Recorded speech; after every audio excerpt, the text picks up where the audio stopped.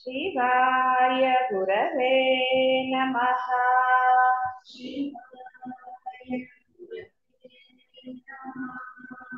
शिवाय गुरवे नमः।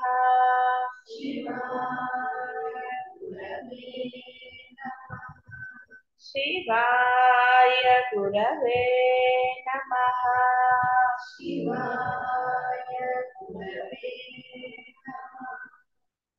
शिवाय गुरवे नमः।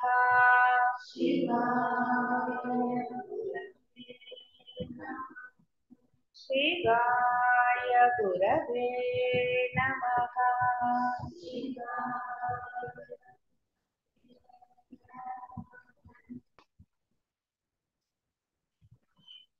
రాముల వారు అడుగుతున్నారు, మహాకల్పము క్షయమైనప్పుడు ఆ హిరణ్య గర్భుడు అతనిచే ఉత్పన్నమైన సమస్త ప్రాణి సమూహం కూడా ముక్తి పొందుతున్నది కదా. మరల సృష్టిని గురించిన జ్ఞాపకం ఎవరికి, సృష్టి ప్రారంభం ఎవరి చేత ఎందుకు నిర్వర్తించబడుతోంది అని. ఇప్పుడు వశిష్ఠుల వారు చెప్తున్నారు, రామచంద్ర, మహాకల్పాంత మందు పంచభూతములకు ఈ పృథివీ, జలము, అగ్ని, వాయువు, ఆకాశము వాటి యొక్క అంతర్గతమైనట్టి సమస్త ప్రాణికోట్లు ముక్తిని చెందుతాయి. అయితే ఆ తదనంతరం ఈ జగత్తు ఎట్లా అనుభూతం అవటం జరుగుతుందో చెప్తా విను అన్నారు. సమస్తము నశించినప్పటికీ వాక్కునకు అవిషయం అయిన సత్ తత్వము శేషించియే ఉంటుంది. ఇది అర్థం కాదు.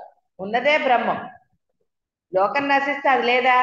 లోకంతో పాటు రాలేదు, లోకం కన్నా ముందు నుంచే ఉంది కాబట్టి మళ్ళీ సృష్టి జరుగుతుంది. ఆయన జ్ఞాపకాలు ఇవ్వాలంటే మీరు అనుభవించిన కర్మలు మళ్ళీ మీకు ఎవరు ఇస్తారు? ఆయన ఇవ్వాలి. బ్రహ్మదేవుడు ఆయన నశిస్తాడు, మళ్ళీ కొత్త బ్రహ్మ వస్తాడు. పాపం ఆయనకేం తెలుసు కొత్త వాళ్ళకి కదా, పాత వాళ్ళు చెప్పాలి. చెప్పడానికి ఆయన ఉంటేగా, బ్రహ్మం లేడు కదా. అందుకని ఆయనకు తెలియదు ఆ బ్రహ్మంకి. అందుకని ఎవడి కర్మ వాడికి ఆయన రాసి పెట్టి ఉంటాడు. అందుకని మళ్ళీ పుట్టగానే మళ్ళీ కర్మలు అనుభవిస్తాడు వాడు. అందుకని బ్రహ్మ అంటే ఇప్పుడేదో అయిపోయింది, ఇంకా భూమి అంతం అవుతుంది అది ఇది అని అనుకుంటారు. అమ్మయ్య ఎన్ని పాపాలైనా చేసేసి అనుకుంటారేమో. ఒక అడ్వర్టైజ్మెంట్ లాగా ఏ జన్మ ఎత్తినా మీ కర్మ ఎప్పుడు ఇదవదు, భూమి క్షయమైనా మళ్ళీ వస్తుంది కదా. మళ్ళీ సృష్టి ఈ బ్రహ్మాండంలోనే పుట్టాలని లేదు, ఏ బ్రహ్మాండంలో పుట్టినా మీ యొక్క కర్మ మీ వెనకాల వస్తుంది. అందుకే కదా కర్మ చేయకండి అని చెప్పేది. ఎందుకు? మళ్ళీ ఇంకో బ్రహ్మాండానికి ఏం వెళ్తారు పాపం, అక్కడ ఏముందో తెలీదు, ఏం లేదో తెలియదు. అంతే కదా. అక్కడ మనుష్య జన్మే పొందాలనే ఉంది, కొన్ని దాంట్లో ఏం లేదు కదా. మరి అక్కడ పోయి ఏం చేస్తారు పాపం? ఎందుకంటే ఆయన ఇష్టం కదా, ఏ బ్రహ్మాండంలో ఎవరిని పుట్టిస్తాడో అనవసరంగా అక్కడ ఆ బ్రహ్మాండాలు ఉన్నవాడితో అడ్జస్ట్ అవ్వాల్సి వస్తుంది. మరి ఇప్పుడు ఇన్నుంటేనే అడ్జస్ట్ అవ్వకపోతే అక్కడ ఏం లేకపోతే ఎట్లా అడ్జస్ట్ అవుతారు పాపం? ఒక బ్రహ్మాండంలో కేవలం కోతులే ఉంటాయి, కేవలం సింహాలు ఉంటాయి, కేవలం చెట్లు ఉంటాయి. ఆయన చెప్పింది అదే. నవ్వుతారండి, నిజమే. కానీ కోతి అయినా మరీ రోజు కోతుల్ని ఏం చూసుకుంటారు? ఎంత మీరు కోతి అయితే మటుకు. అందుకే కదా ఇప్పుడు మనుషులుగా పుట్టి అప్పుడప్పుడు జూకి వెళ్తూ ఉంటారు. జూకులకు వెళ్తారు, కొండల మీదకి వెళ్తారు, గుట్టల మీదకి వెళ్తారు. బోరు కొట్టే కదా చుట్టూ ఉన్న మనుషుల్ని చూసి చూసి. కోతి కనపడండి, ఏ కోతి కోతి చూడండి, దారిలో కోతి కనపడంగానే ఎంత ఆనందం కదా పెద్దవాళ్ళకు కూడా. ఏ కోతులు కనపడ్డాయి, కోతులు కనపడ్డాయి, చూసారా? అంటే ఇంకొకటిని చూడాలన్న ఆకాంక్ష.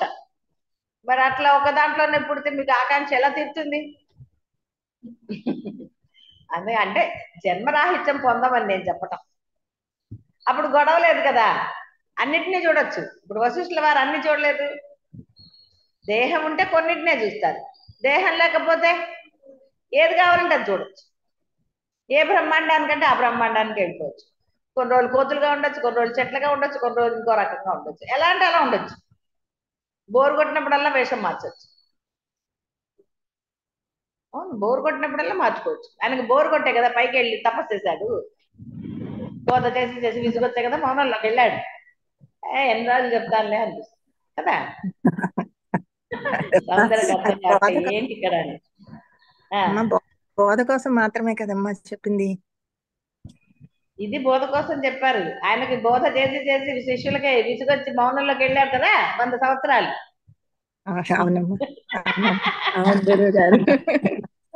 మరి మరి బోర్ కొడుతుంది కదా, అందుకని అప్పుడు వెళ్ళిపోయాడు. ఉమ్.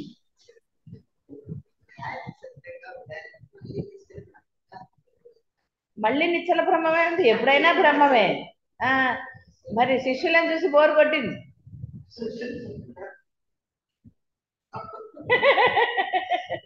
అందుకని 100 సంవత్సరాలు వెళ్ళిపోయాడు. కనపడని చోటికి, వినపడని చోటికి వెళ్ళిపోయాడు కదా.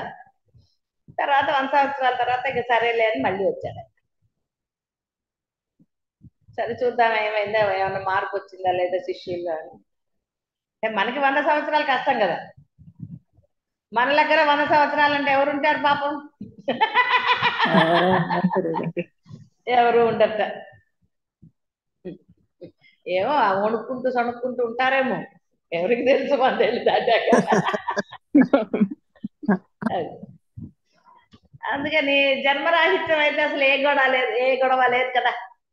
ఎంత హాయిగా ఉండొచ్చు, అన్ని బ్రహ్మాండాల్లో తిరగచ్చు కదా. రూపం ఉన్నప్పుడే కదా బాధ. రూపం ఉంటే టికెట్ కొనాలి, డబ్బులు కావాలి, ఎవరింట్లో ఉండాలి, ఫుడ్ కావాలి, ఎన్ని గోళాలండి రూపం ఉంటే. ఏ రూపం ఉన్నా తప్పదు కదా, ఏ రూపం అయినా తప్పదు కదా. ఈగ దోమ అయినా తప్పదు ఫుడ్, అప్పుడు లిక్విడ్ ఫుడ్. వాటికి సాలిడ్ ఫుడ్ పనికిరాదు కదా, మరి లిక్విడ్ ఫుడ్ కావాలి. ఎన్ని కష్టాలు అసలు. పోనీ ఏ జన్మ అన్నా సుఖపడదాము, మనుష్య జన్మ తలకాయ నొప్పి అన్నా ప్రతి జన్మకి ఏదో కష్టాలు ఉన్నాయి కదా. ఎంత కష్టం చెప్పండి. అవునమ్మా. మళ్ళీ మనిషి అంటే అది టప్పర వాడు కొడితే పోయే ఆనందం ఏది, బ్లడ్ తాగిన ఆనందం లేదుగా. అది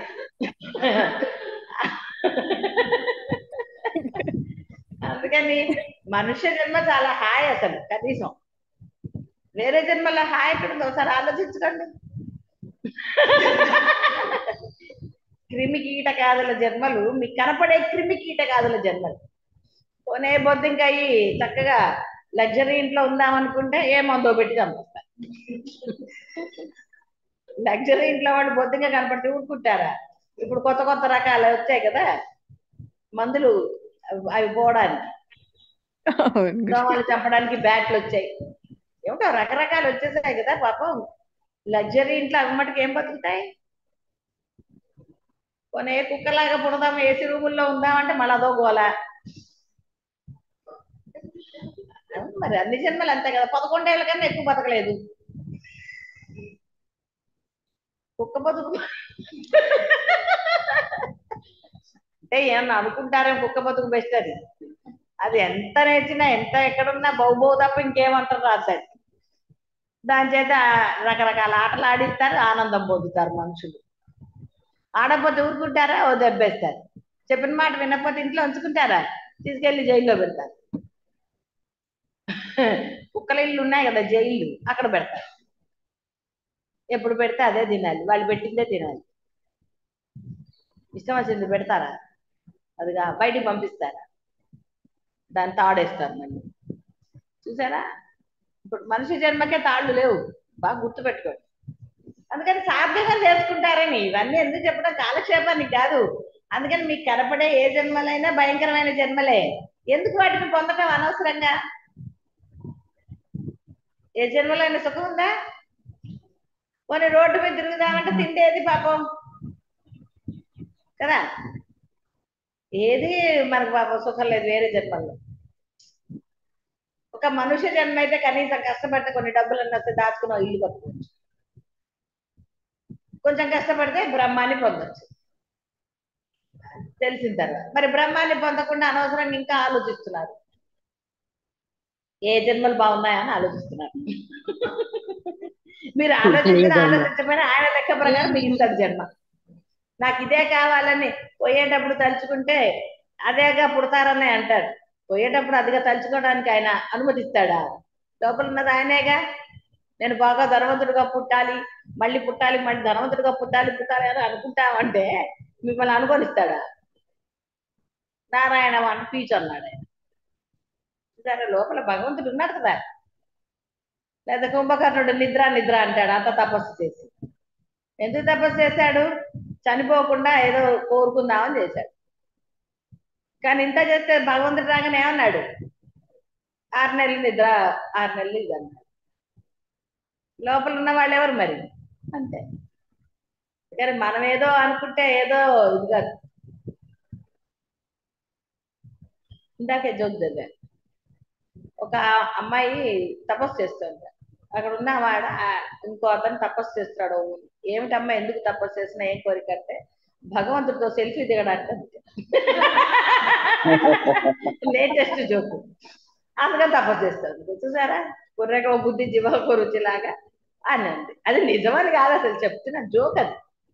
ఏమో అలాంటి కోరికలు ఉంటాయేమో, మనకేం తెలుసు. కాబట్టి జన్మరాహిత్యానికి ప్రయత్నం చేయండి, కానీ అనవసరమైన వాటికి ఎందుకంటే వృధా చేసుకోవటం.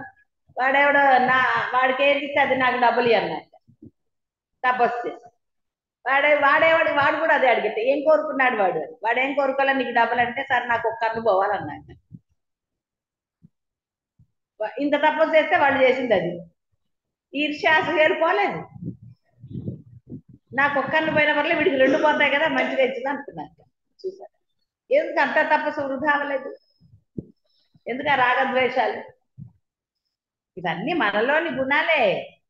నాకు నష్టమైనా పర్వాలేదు, పక్కవాడు బాగుపడకూడదు అన్న ఆలోచన కదా.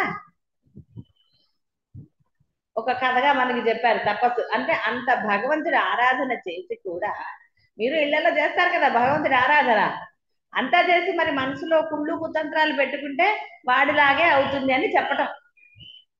అంతేగాని నిజంగా తపస్సు చేసి వాడు చేశాడని మనం వాడి గురించి జాలి పడక్కర్లా. మనం ఏం చేస్తున్నాము?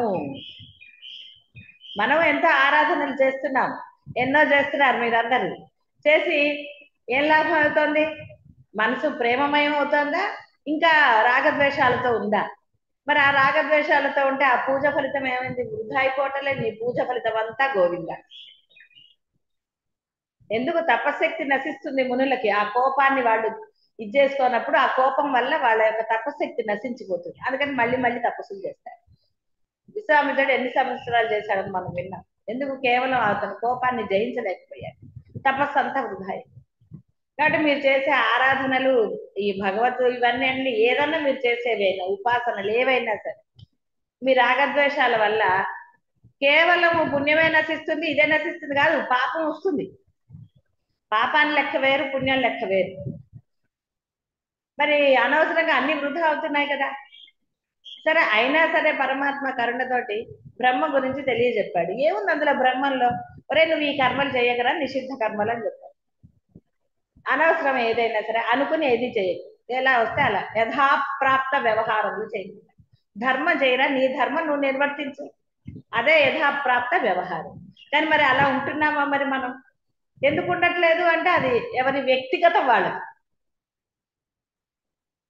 జన్మ రాహిత్యం కోసం అని మనం బోధ జరిగేది దేనికి? మళ్ళీ ఇలాంటి కష్టాలన్నీ అనుభవించకుండా ఉండడానికి కదా. పూజ ఏమన్నా అంత తేలికేంటండి? పొద్దున్నే లేచే సరే మేము లేవండి, 11ంటికి లేచి చేస్తామండి. దేని ఫలితం దానికే ఉంటుంది కదా. ఎన్ని తలకాయ నొప్పులండి. ఏదైనా అంతే కదా. దేవుడికి దీపం పెట్టాలి, శుభ్రం చేయాలి, తుడవాలి, ఎన్ని. దేహం ఉన్నప్పుడు అవన్నీ చేయాలి, దేహం లేకపోతే ఏముందా? అంత ఈజీ ఏమిటి? మళ్ళీ ఆయనకి ఎక్కడ కోపం వస్తుందని భయం. కాబట్టి ఆయన సత్తత్వము శేషించియే ఉంటుంది. దానిని పరమార్థ గణము, చిన్మాత్ర బ్రహ్మము, శుద్ధ పరతత్వం అని శాస్త్రాలు బోధించాయి. కాబట్టి దాని హృదయమే ఈ జగత్తు కనుక ఈ జగత్తు కూడా దానికి వేరు కానిదే. ఆ పరమాత్మ తన యొక్క హృదయ రూపాన్ని జగత్తుగా తెలుసుకొనుచున్నాడని గ్రహించు. అంటే ఎరుగుచున్నాడంటే ఆయనకు తెలియదని కాదు, అక్కడ అర్థం ఏంటంటే అదని నువ్వు తెలుసుకో. అది వేరు, జగత్తు వేరు, సృష్టి వేరు, ఇన్ని లేవు, అక్కడ ఉన్నది పరబ్రహ్మం మాత్రమే. నువ్వు అంగీకరించినా అంగీకరించమని అదే వాస్తవం. నా గుండె కొట్టుకుంటాను కాబట్టి నేను బతుకున్నాను, అందుకని నేను ఐడెంటిటీ, అంతేగాని పరబ్రహ్మ ఎవడు లేడన్నా ఆయన ఏం ఫీల్ అవ్వడు. ఆయన ఉన్నాడు కాబట్టి నీ గుండె కొట్టుకుంటావు, ఆయన ఉన్నాడు కాబట్టి నువ్వు ఊపిరి పీల్చగలుగుతున్నావు. ఆయన లేకపోతే అంతే. ఇంకా అది తెలుసుకుంటే చాలు.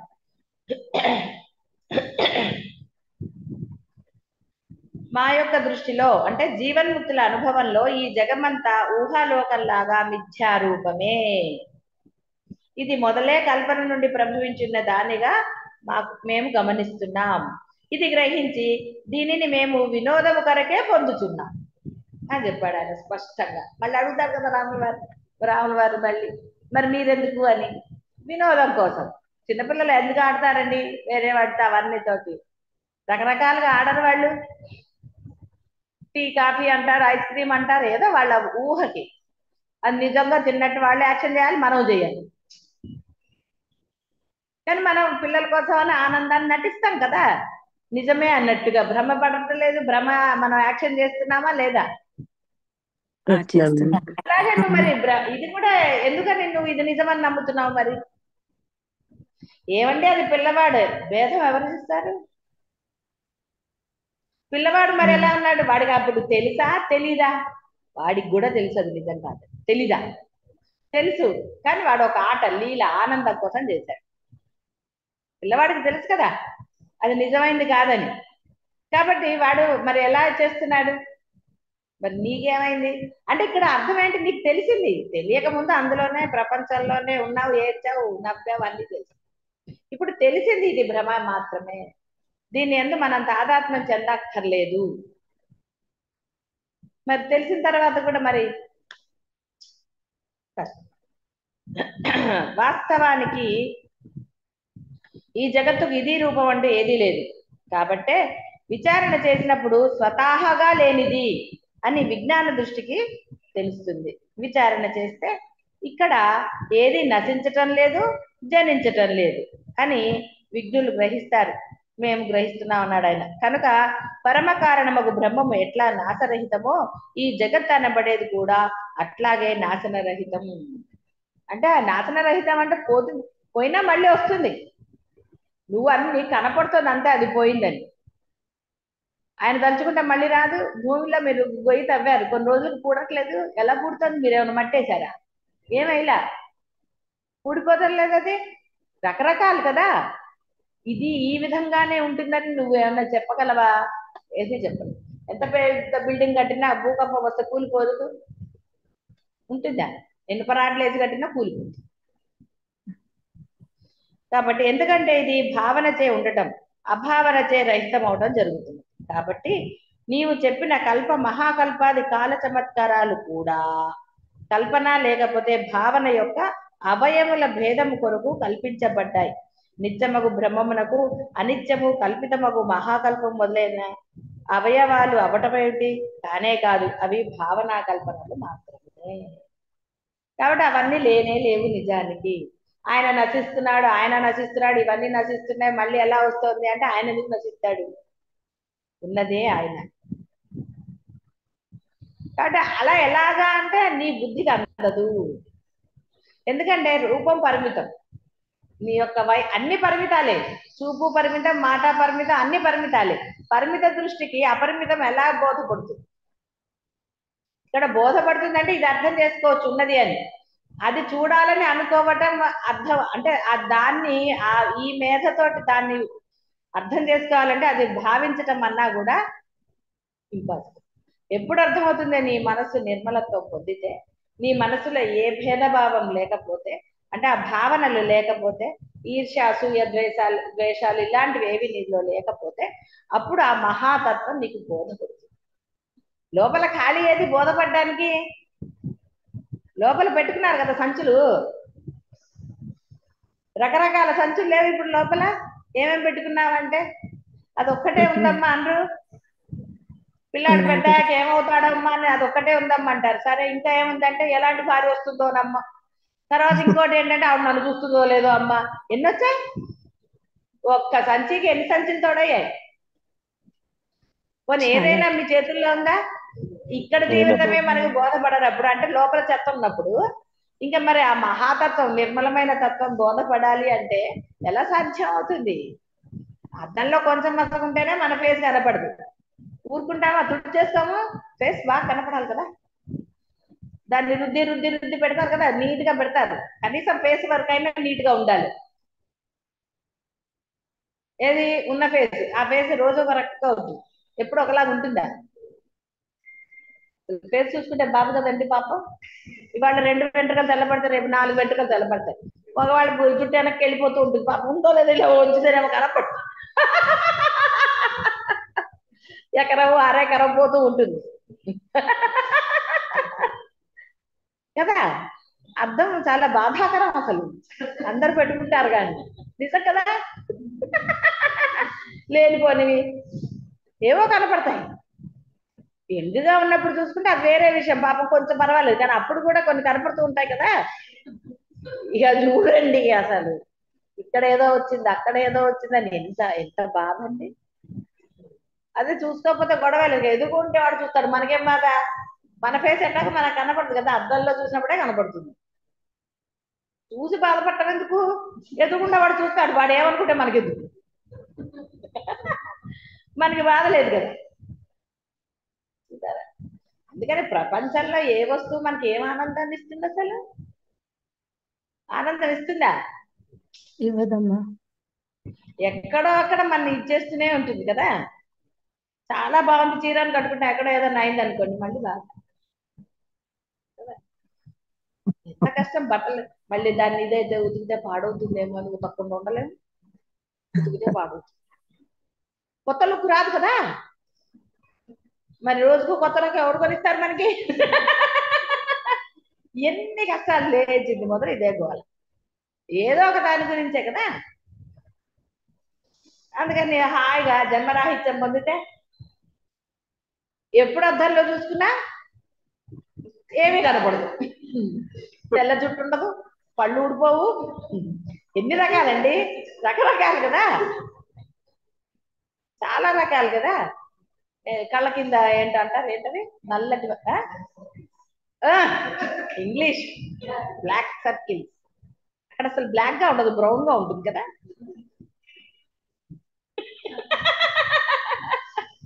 ఇలా ఎన్ని రకాలు చూడండి. అవన్నీ ఉండవు కదా అప్పుడు. కావాలంటే వాళ్ళ జడ వస్తుంది. ఆ రూపం లేకపోతే ఎన్నైనా పొందొచ్చు, రూపంతో కదా తలకాయ నొప్పి అంతా కూడా. అందుకనే కదా చెప్పేది జన్మరాహిత్యం పొందండి, మీకు ఎలా కావాలంటే అలా అని. అవును, అందుకే జన్మరాహిత్యం పొందితే చూడండి ఇప్పుడే ఇంతే ఉంది జుట్టు. అప్పుడు బాధ లేదు, జుట్టు ఊడిపోయిందన్న బాధ లేదు, ఏదో వచ్చిందన్న బాధ లేదు, ఎక్కడికో వెళ్ళక్కర్లేదు, మేకప్ భగవంతుడు గుర్తుపట్టడేమో అన్న భయం లేదు. ఎంత హాయి. ఉం? ఎందుకు బాధ ఉండదు? పట్టించుకోపోయినా ఎప్పుడో ఒకప్పుడు పక్క వాళ్ళని చూడంగానే ఎట్లున్నానా అనుకుంటా. అనుకోరు? పక్క వాళ్ళని చూడగానే ఏమో ఎప్పుడో ఒకనొకతో వచ్చింది అనుకోండి, ఇక అప్పుడు అటు చేసి ఇటు చేసి అర్థం ఎక్కడ ఉండటం అని ఇలా చూసుకుంటారు కదా. పక్క వాళ్ళని చూడగానే గుర్తొస్తుంది మనం ఎట్లున్నాము అని. అప్పుడు ఒకటి అట్లా చూసుకుంటారు బాగా. కొత్త నాకు వేసుకుంటే పక్క వాడు చూడాలని ఎంత తాపత్రయం అండి. వాడు చూసి మెచ్చుకోకపోతే సిట్ట పిక్కుని పిక్కుని మెడూడి చేతిలో ఎన్ని తలకాయ నొప్పులు. అదే భ్రమం అయ్యారనుకోండి, హాయిగా జన్మరాహిత్యం పొందితే ఎన్ని నగలంటే అన్ని నగలు వేసుకోవచ్చు. దొంగాడు వస్తాడన్న భయమే లేదు, లాకర్లో పెట్టక్కర్లేదు కదా. లాకర్ అంటే మళ్ళీ డబ్బులు కట్టాలి. మరి అంటే జీవిత వాస్తవాలు మీకు అన్ని తెలియవేమో అని కొన్ని చెబుతున్నాను, మీకు కొన్నే తెలుసు కదా పాపం. ఎన్ని కష్టాలు ఇక్కడ బాహ్యం అంతా అవే కదా. ఎక్కడన్నా సుఖంగా ఉందా? ఎక్కడా లేదు. పిల్లలో పిల్లలో అంటారు, పిల్లలు వచ్చాక ఇంకో గోల. అమ్మయ్య పెరిగిపోతే బాగుండంటారు, పెరిగాక ఇంకో బాధ. ఏ స్టేజ్లో పిల్లలతో బాధ లేదు అంటే అర్థం ఏంటి? మీరే పట్టుకున్నారు కాబట్టి ఏ స్టేజ్లోనే మీరే బాధపడుతున్నారు. వాడు ఫ్రీగా ఉన్నారు కాబట్టి వాడు అసలు ఎప్పుడు బాధపడరు. పిల్లలు ఎప్పుడైనా బాధపడతారా? వాళ్ళ గురించి బాధపడతారు, దాంతో మీ గురించి చాలా రేర్ కదా. నీకేంటమ్మా బాగానే ఉన్నావుగా, ఏంటది నీకు కావాల్సిన ఇస్తున్నాగా, ఇంకేంటది మాట్లాడకూడదు కూర్చో అంట. మళ్ళీ అదో బాధ. పిల్లాడు అంటే బాధ, అనకపోతే బాధ. వాడు అసలు పట్టించుకోవట్లేదంట, అంటేనేమో అన్నాడంట. ప్రతిదాన్ని పట్టుకుంటారు, ఏదో ఒకటి పట్టుకున్నారు కాబట్టి బాధ అనుభవించాల్సిందే. ఆలోచించుకో. కాబట్టి భావనచే ఉండటం, అభావనచే రహితం అవటం. అదే ఏది భావించాలి, పట్టుకోలేదు అన్నారు. పట్టుకోకపోతే అసలు దానంత ఉత్తమం ఇంకోటి ఉందా? పట్టుకోకుండా వదిలేసి వచ్చారు కాబట్టి ఇక్కడ సుఖంగా ఉంది, ఆవిడ ఆనందంగా ఉంది. అదే రాజమండ్రిలో ఉంటే ఎన్ని కష్టాలు ఈ పాటికి, ఎన్ని కష్టాలు కదా. అప్పుడప్పుడు అనుకుంటే అందుగా అమ్మో ఇక్కడ అంత ఆనందంగా ఉందా కదా. నీకు కూడా అంతే కదా, ఇంట్లో పాటికి లేచి ఉంటుంది. ఇక్కడ కొంచెమే పని, ఇక్కడ కూడా పని చేసుకోవాలి, కానీ అక్కడ ఉన్న టెన్షన్ ఉండదు కదా ఇక్కడ. చూసారా డిఫరెన్స్? భగవంతుడి దగ్గర అలా ఉంటుంది. బ్రహ్మం అంటే అది ఆనందం. చేస్తాం పని కానీ ఆనందం ఉంటుంది. ఇంట్లో బ్రహ్మత్వంతో లేం కదా, అందుకని ఇంట్లో ఏం చేసినా ఇంటి సాకులు, కోపాలు ఎన్నొస్తాయి. నీకే కాదు వీళ్ళకి కూడా వస్తాయి. వీళ్ళేం పెద్ద ఇప్పుడు అలా కూర్చున్నారు కానీ ఆయన పెద్ద అంత బుద్ధిమంతులు ఏం కాదు. నిజంగా బుద్ధిమంతులేదు ఈ పాటికి బ్రహ్మములు అయిపోయేవారు కదా. అందరంతే, అలా లేరు కాబట్టే పాపం మళ్ళీ ఇక్కడ ఇలా కూర్చోవాల్సి వస్తుంది స్టూల్ చేసుకుని. లేదా కూర్చోటం ఎందుకు? బ్రహ్మములు అయిన వారికి ఇంకేం చెబుతాం, ఇంకా చెప్పడానికి ఏం లేదు కదా, హాయిగా కబుర్లు చెప్పుకునేవాడు. అందుకని ఇక్కడికి వచ్చేస్తే అసలు అంతా ప్రేమమయం, అంతా ఆనందం.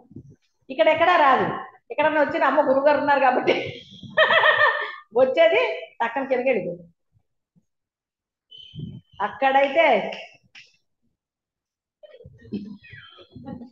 అసలు అన్నాక గుర్తొస్తారు గురువుగారు, ముందు గుర్తురాదు.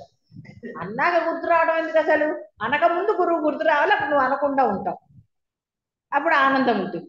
అనేసాక గురువు గారు అని పక్క వాళ్ళని బెదిరించబట్టి గురువు గారికి చెప్తారు. ఒక ఆయుధం గురువు గారు అంటే. గురువు గారికి చెప్తానేమనుకున్నావు?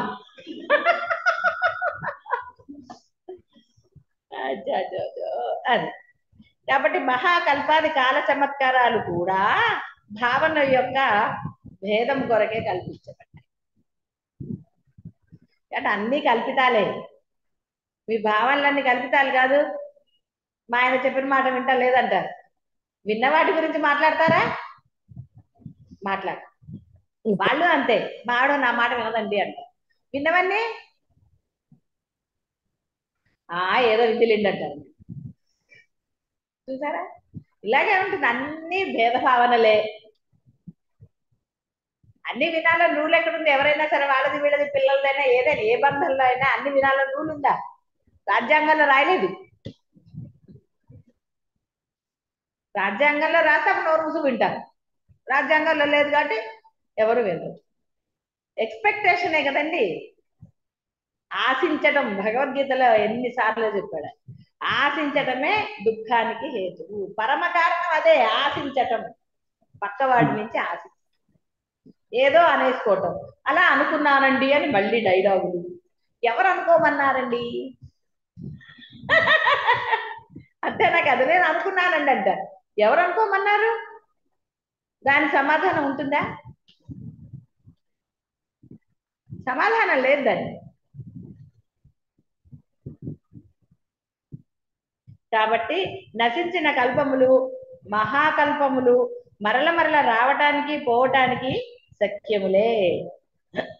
దృష్టాంతానికి ఒకరికి ఒక ఆలోచన వచ్చి అంతర్గతమై మరల మరొకప్పుడు ఆ ఆలోచన బహిర్గతం కావటం అందరికీ అనుభవమే కదా. ఇది అట్టిదే. బ్రహ్మము సర్వదా విద్యమానమై ఉండగా ఇహ కల్పములు అనే జపమాల యొక్క పరివర్తనము కాలచక్రం రూపంగా సంభవించు. కానీ విచారించి చూస్తే ఆలోచనలు చేసేవాడు సర్వ ఆలోచనలకు ఆవల యథాతథంగా ఉండి ఉంటున్నట్లే వాస్తవానికి కల్పాదులు ఆత్మదృష్ట్యా లేనివే. ఒక్కొక్కసారి ఒక్కొక్క ఆలోచన వస్తుంది, కానీ అదే ఆలోచన వాడు బయటకు చెప్తాడా? బయటకు చెప్పేసరికి మళ్ళీ మారిపోదు డైలాగు.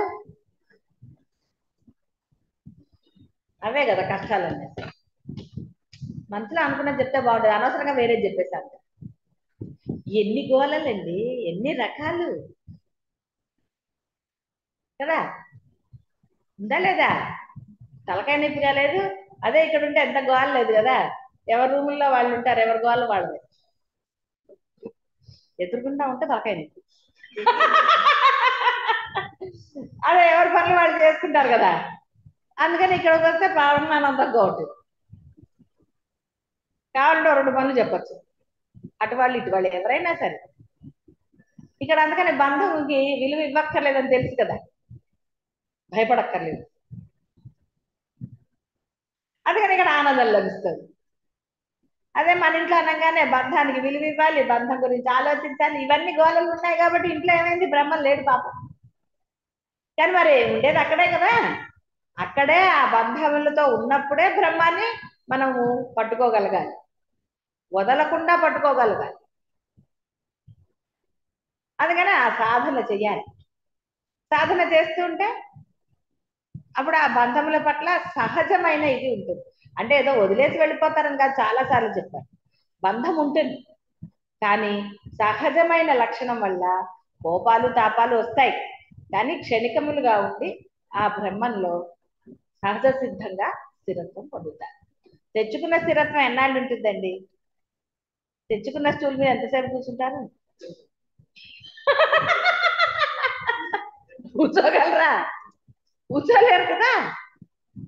మళ్ళీ దాని మించి లేవాలి కాసేపు అయిన తర్వాత. నాదే స్టూలు బాగానే ఉందండి, కన్వీనియంట్ గానే ఉందని చెప్పి కూర్చుంటారు గంటలు గంటలు. ఏదో ఒక గంట క్లాస్ కాబట్టి కూర్చున్నారు. ఇంకా శరీరాలు మేము సహకరించట్లేదు కాబట్టి గంటకు వచ్చింది, లేదా ఇంతకుముందు 2 గంటలు 3 గంటలు.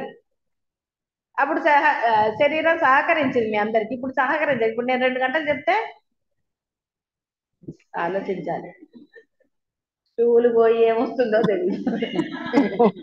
అప్పుడు అందరికి ఏదో స్టాండప్ ఇది ఉంటుంది చూసారా, ఓవేషన్ ఏదో అంటారు, స్టాండింగ్ ఓవేషన్ ఇచ్చారండి అంటారు. అప్పుడు కాసేపు స్టాండింగ్ టైం కదా. ఇక అసలు ఫేసులో ఎన్ని కనపడతాయి, ఒకలాంటి నిర్లిప్తత. మా సాయన వైరాలు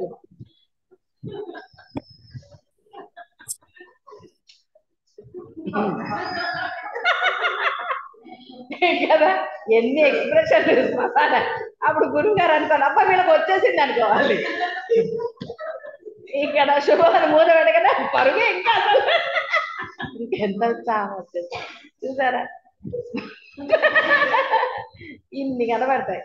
అవన్నీ తెలుసు కాబట్టి గంటకి. అంతేగాని గురువు గారికి ఓపిక లేదు కాదు, గురువు గారు 2 గంటలు కాదు 3 గంటలు కూర్చొని చెప్తారు కదా.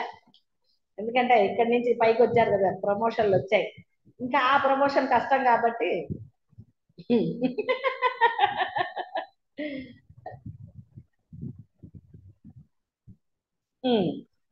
కాబట్టి అర్థమైంది కదా. వాస్తవానికి కల్పాదులు ఆత్మదృష్ట్యా లేనివే అని గ్రహించు. కనుక ఎచ్చట ఎప్పుడు దేనికి ఏది కనిపించటము లేదు, ఉత్పన్నము అవటం లేదు. ఇహ దృశ్యం అంటావా? ఇదంతా వాస్తవానికి అజము అంటే పుట్టలేదని అర్థం, శాంతము అయినట్టి బ్రహ్మముగా అనే స్థితి పొంది ఉన్నది. విస్తారమైన ఆకాశమందు ఒక పరమాణువు యొక్క 1000వ వంతు విభాగమునందు కూడా ఏ ఒక్క శుద్ధ చిన్మాత్ర సత్తా కలదో అది ఏ పరబ్రహ్మము. సర్వదా సర్వత్రా పరబ్రహ్మము విద్యమానమై ఉండగా ఇహ ఈ జగత్తు మాత్రం నశించటం అనే ప్రసక్తి ఎక్కడిది? నిద్రపోవాని చైతన్య స్వరూపమే స్వప్నంలో స్వప్న జగద్ రూపంగా భాషిస్తున్నట్లు చిదాకాశం యొక్క అంశమే సృష్టి ఆది యందు సమస్త పదార్థములుగా భావిస్తోంది. కాబట్టి ఇంకా ఈ గోలంతా ఎందుకు? ఉన్నది అదే, నశించినా అదే, నశించకపోయినా అదే, నశించినప్పుడు కూడా ఉంటుంది. అది నశించక ముందు ఉంది, నశించినప్పుడు ఉంది, ఎప్పుడు ఉంది. ఉన్నది పరబ్రహ్మం మాత్రమే.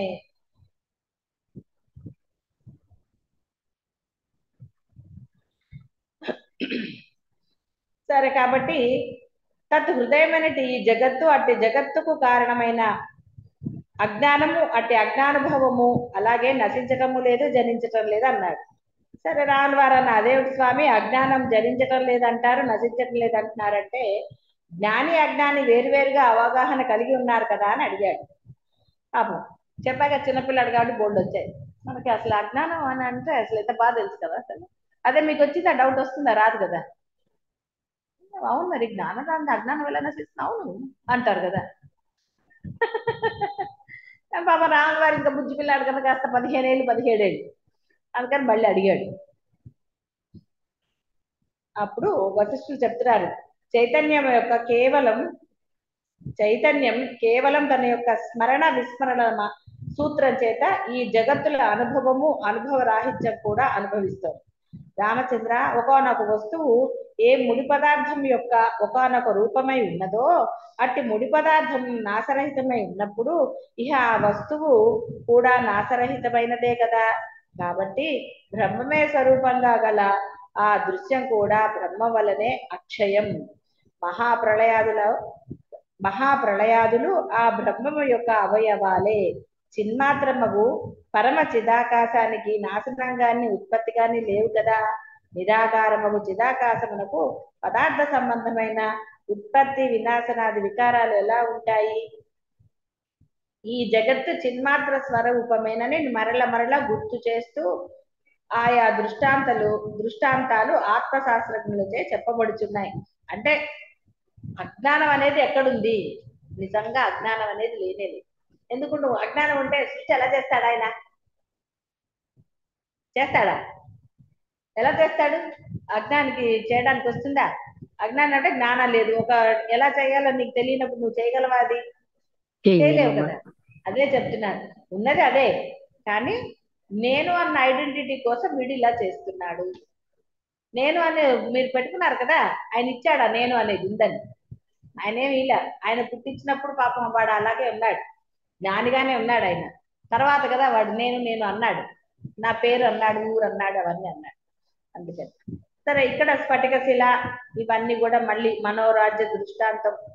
తన మనసుతో ఒక రాజ్యం ఊహించి ఆ రాజ్యంలో అంతఃపురం, యువరాణి మొదలైనవన్నీ ఉన్నాయనుకో. రాజు, రాణి, మంత్రి ఇవన్నీ కూడా మనస్సు రూపాలే కదా. భావించచ్చు కదా. బ్రహ్మాండమైన ఇల్లు, ఇంద్రభవనం కట్టచ్చు, ఎన్నన్నా చేసుకోవచ్చు కదా. నీ మనస్సులో నువ్వు ఏ రకంగా అయినా. స్వప్నం అంటే కూడా అదే కదా. కొన్ని స్వప్నాలు భయంగా ఉండొచ్చు కాక, కానీ నిజంగా స్వప్నం అంటే కొంతమంది బ్రహ్మాండంగా ఊహించుకుంటారు, అలా కూడా ఉంటుంది. కాబట్టి ఇక్కడ ఆయన చెప్పేది ఏంటంటే నీ మనఃకల్పనలంతా కూడా అజ్ఞానమే. ఏదైతే నువ్వు భావిస్తున్నావో, దృశ్యాన్ని చూస్తున్నావో అన్ని కూడా అజ్ఞానమే కదా. మరి లేని వాటిని నువ్వు ఎలా భావించావు? భ్రమ అంటే అజ్ఞానం అని అర్థం. ఆకాశంలో చూసి ఏదో ఉంది అని అంటే అది నిజమా? కాదు. కాబట్టి దాన్ని ఏమన్నారు? భ్రమ అన్నారు. భ్రమ అంటే అర్థం ఏంటి? నథింగ్ బట్ అజ్ఞానం. అంటే నీకు తెలియదు, అసలు తెలియదు కాబట్టి దాన్ని అజ్ఞానం అన్నారు. అజ్ఞానం అంటే ఏదో వేరే భయంకరమైనది కాదు, తెలియకపోవటమే అజ్ఞానం. సత్యం తెలుసుకోకపోవటమే అజ్ఞానం. సత్యం తెలిసితే అంటే ఆ పదార్థం ఏంటో నీకు తెలిసిన తర్వాత తెలియదు అనగలవా? అనలేదు. కాబట్టి అప్పుడు జ్ఞానం. నీకు తెలుసు అన్నది జ్ఞానం, తెలియదు అనడం అజ్ఞానం. అంటే ఇక్కడ అజ్ఞానం అనగానే ఏదో అంటే బోధలో చెప్తారు. ఎందుకంటే అజ్ఞానం అంటే నువ్వు జీవుడిగా వ్యవహరించడమే అజ్ఞానం. అవును మరి, ఎందుకంటే నీవు పరబ్రహ్మాన్ని అయ్యుండి నేను నిమిత్త మాత్రుణ్ణి లేకపోతే పరిమిత మాత్రుణ్ణి నువ్వు భావిస్తే ఏమంటారు? అజ్ఞానంగా నువ్వు తెలుసుకో. మరి నిజంగా ఉందా అజ్ఞానము అంటే ఎక్కడి నుంచి ఉంది? లేదు. నీకు ఇప్పుడు బ్రహ్మం అని తెలుసు. అందుకే జీవ లక్షణాలని అప్పుడు అక్కడ వాడిని అజ్ఞాని అని అనడానికి లేదు. ఎందుకంటే వాడికి అసలు పరబ్రహ్మ ఉన్నదే తెలియదు. ఇప్పుడు అజ్ఞానులు అంటే మీరే అవుతారు. ఎందుకు? మీరు పరబ్రహ్మం అని తెలిసి కూడా అజ్ఞానులుగా వ్యవహరిస్తున్నారు కాబట్టి జ్ఞానం తెలుసు అంటే మేము పరబ్రహ్మ స్వరూపంలో ఉంది, పరబ్రహ్మమే, అన్యము లేదని తెలిసిన తర్వాత కూడా ఇది ఉంది అది లేదు, నేనున్నాను, నా భావనలు నా బాధలు నా కష్టాలు ఇవి నావి, నా ఆస్తులు ఇలాంటివన్నీ ఉన్నాయి, ఇది అజ్ఞానం. ఎందుకు నీకు తెలుసు ఇవన్నీ నశించేవే, ఇవి అసలు నావి కానే కావు. కాబట్టి నాది కాని దానితో నాది అని తాదాత్మ్యం చెంది బాధ అనుభవిస్తున్నాను కాబట్టి నీకు బాధే లేదని కదా చెప్పాడు. భేదం వచ్చింది కదా, ఆపోజిట్ పర్సన్ అంటున్నావు కదా నువ్వే. అవును, వాడు స్ట్రేంజర్ అని దానికి ఒక కోడ్ పెట్టావు కదా నువ్వు, ట్యాగ్ స్ట్రేంజర్ అన్నావు. ఎవరు స్ట్రేంజర్ కదా, అవునా కదా, ట్యాగ్ పెట్టావు కదా, భేదం వచ్చింది కదా కొత్త వాళ్ళు అని. మరి నువ్వు అది పెట్టలేదు అనుకో, వాడు నా అలాగే ప్రయాణం చేస్తున్నాడు అన్నా అనుకో, అప్పుడు ఎందుకు వస్తుంది ఆలోచించు. అదే కదా, ఏదో ఒకటి పెట్టావు కదా అక్కడ, అది నీ ఆలోచన, నీ భావన, నీ భేద భావన. వాడు మోసం చేస్తాడు, వాడు మంచివాడా చెడ్డవాడా, ఇవన్నీ ఎవరివి? నువ్వేమైనా ఆపగలవా? దాని బదులు పరబ్రహ్మం తలుచుకుంటూ ఉన్నావు అనుకో, అంటే స్థితి పొందనప్పుడు ఆలోచనలు వచ్చే, భయం వేసింది, ఏం చేయగలుగుతావు? నామస్మరణ చేసావనుకో నిన్ను రక్షిస్తాడు ఆయన. నామస్మరణ చేయకుండా భయపడితే యద్భావం తద్భవతి జరుగుతుంది. కాబట్టి ఇంట్లో ఉన్నప్పుడు ఎందుకు రావట్లేదంటే, ఇంట్లో ఉన్నప్పుడు నేను అన్న ఐడెంటిటీ తోటి వ్యవహరిస్తున్నారు మీరు. నా మాట వినాలి అనుకుంటున్నారు. నువ్వే కాదు, తనైనా అంతే, శివాజీ అయినా అంతే, ఎవరికి వాళ్ళు. అందుకని కదా క్లాసులు. ఎందుకంటే అక్కడ నేను ఐడెంటిటీ, నేను భార్యని, నేను భర్తని, లేదా అమ్మని, అత్తని, ఈ ఐడెంటిటీ మీరు ఎక్కువగా అక్కడ ఇది చేస్తున్నారు, వ్యవహారం చేస్తున్నారు. అలా ఐడెంటిటీతో వ్యవహారం చేయటం వల్ల సాధన కుదరదు. కాబట్టి బాధలు ఎక్కడ పోతాయి? ఐడెంటిటీ ఉన్నన్ని రోజులు మీకు తప్పదు. అందుకని ఇక్కడికి వస్తున్నారు. ఇక్కడికి వచ్చి ఏం చేస్తున్నారు? ఇక్కడికి వచ్చిన మళ్ళీ బాహ్య వ్యవహారం అందే ఎక్కువ సమయాన్ని వృధా చేసుకుంటున్నారు. నీకు తప్పదనుకో, పిల్లాన్ని చూసుకోవాలి, కానీ మీరందరూ ఏం చేస్తున్నారు? ఎంత సమయం భోజనాలకి, నేను ఎన్నోసార్లు చెప్పాను, భోజనానికి ఎంత సమయము, పనికి ఎంత సమయాన్ని వినియోగిస్తున్నారు? ఎందుకని ఆ సమయాన్ని మనం ఇది చేసుకోవటం లేదు, సాధనకి ఎక్కువగా ఉపయోగించాలని చెప్పాను. కానీ నిజంగా ఉపయోగిస్తున్నారా?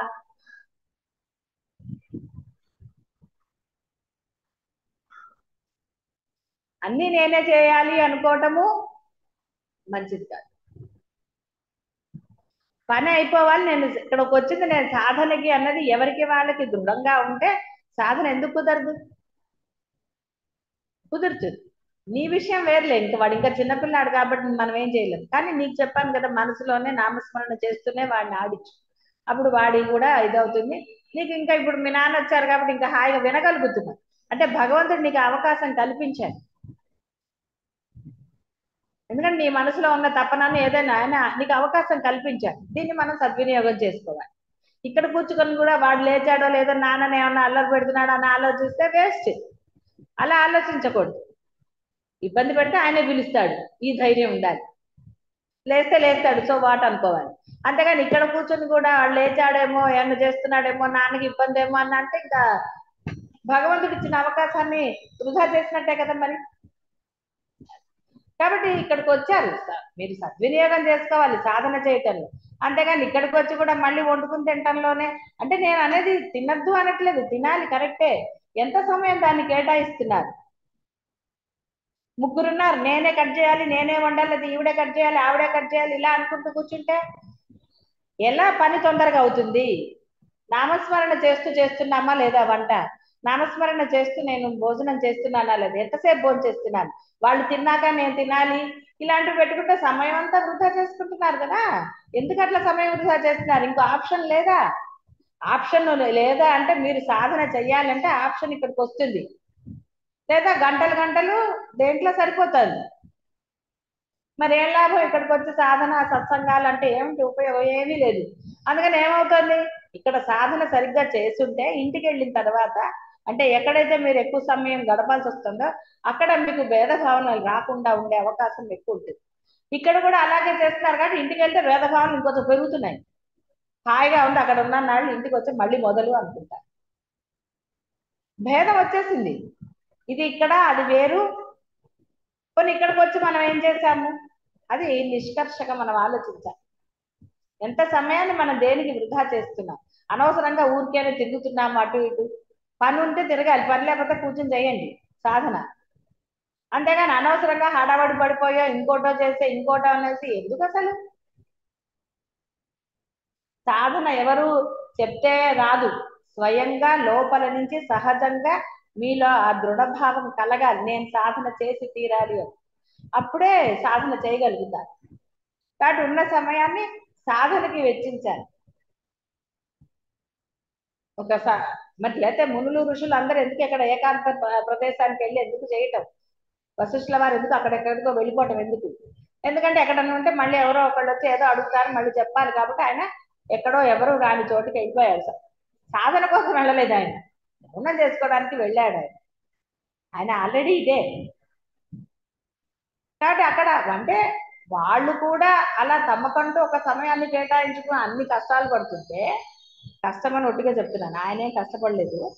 అంటే అది మనకి చూపిస్తున్నారు, ఒరే నేను బ్రహ్మం అయినా కూడా నాకంటూ ఒక సమయాన్ని పెట్టుకుని కొంతసేపు మళ్ళీ నేను మౌనంగా ఉండదలుచుకున్నానని మనకు చెప్పారు. మరి మనకి స్థితే రాలేదు.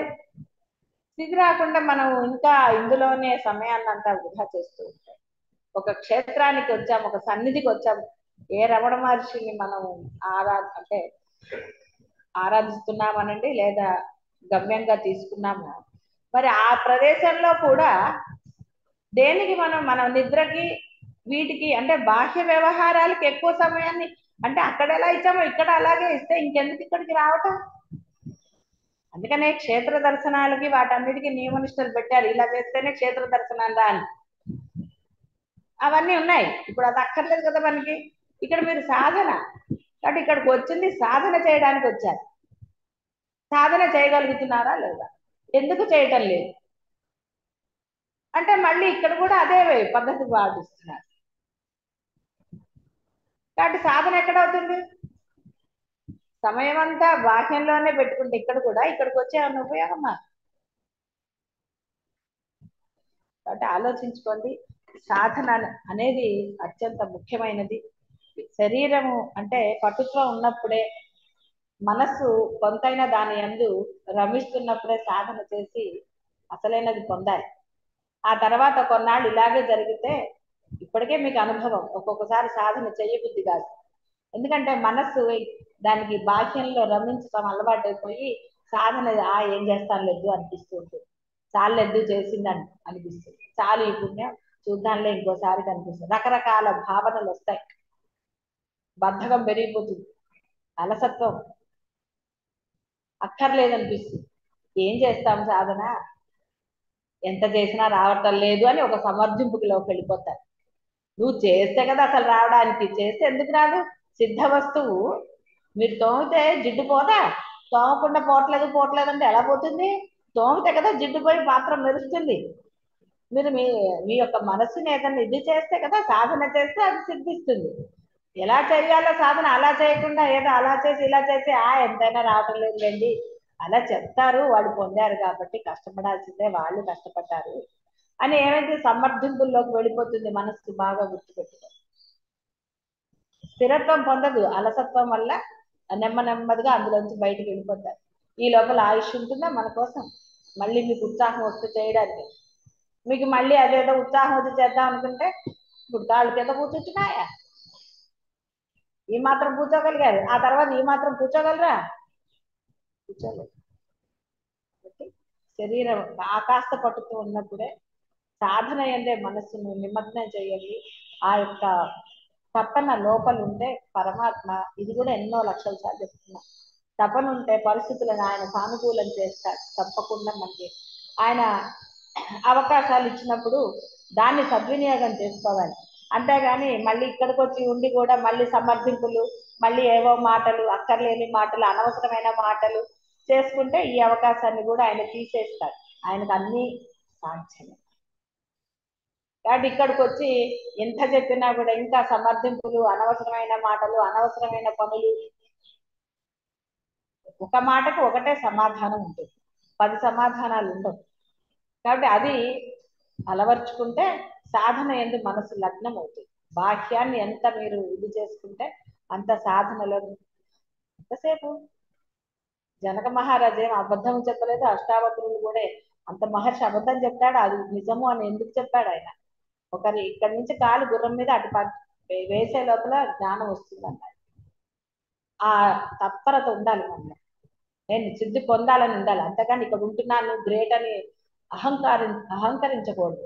నేను కాబట్టి ఇక్కడ ఉండిపోయాను, హాయిగా గురువు దగ్గర ఉండిపోయాను, నాకు ఇది ఇచ్చేసారు, అదృష్టం, అందరూ మెచ్చుకుంటుంటారు కదా, అబ్బా ఎంత అదృష్టం, మీకు ఎంత పుణ్యం, ఇక్కడ ఉన్నారంట. అహంకారం తెచ్చుకోకండి. ఇక్కడ ఉంటున్నాను, ఇక్కడ మీరు ఉండగలుగుతున్నారు అంటే అర్థం మీ పుణ్యమో ఇంకోటో కాదు, కేవలం అనుగ్రహం వల్ల ఉండగలుగుతున్నారు. కేవలం పుణ్యంతో ఉండేవాళ్ళు పుణ్యం అయిపోగానే వెళ్ళిపోతారు. కాశీల కథలు తెలుసు కదా, పుణ్యం అయిపోతే వెళ్ళిపోతారు. కాబట్టి అలా వెళ్ళిపోవాలని ఉద్దేశం ఉంటే మీరు పుణ్యానికి వాటికి విలువ ఇవ్వండి, అహంకారం తెచ్చుకోండి. అంతేగాని ఇక్కడ దేనికి ఉన్నారు? అసలైన కారణం సాధన, అనుగ్రహం. ఆ అనుగ్రహాన్ని మీరు పోగొట్టుకుంటే తర్వాత ఏం చేసినా లాభం. ఎందుకంటే ఆయన ఏది కల్పించి మన ఇక్కడి నుంచి తీసుకెళ్ళిపోతాడో మనకి తెలియదు. కాబట్టి ఇక్కడ ఉన్న సమయాన్ని సద్వినియోగం చేసుకోండి, అనవసరమైన వాటిల్లో వృధా చేసుకోకుండా సమయాన్ని సాధనకి వినియోగించి స్థితి పొందండి. మొదట స్థితి పొందండి, తర్వాత సంగతి. శివాయ గురవే నమః.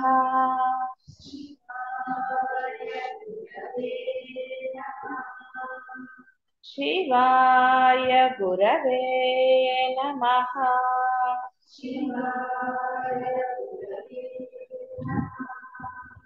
శివాయ గురవే నమః.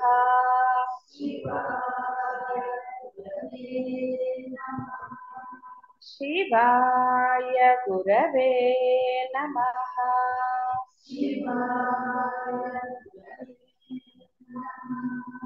శివాయ గురవే నమః.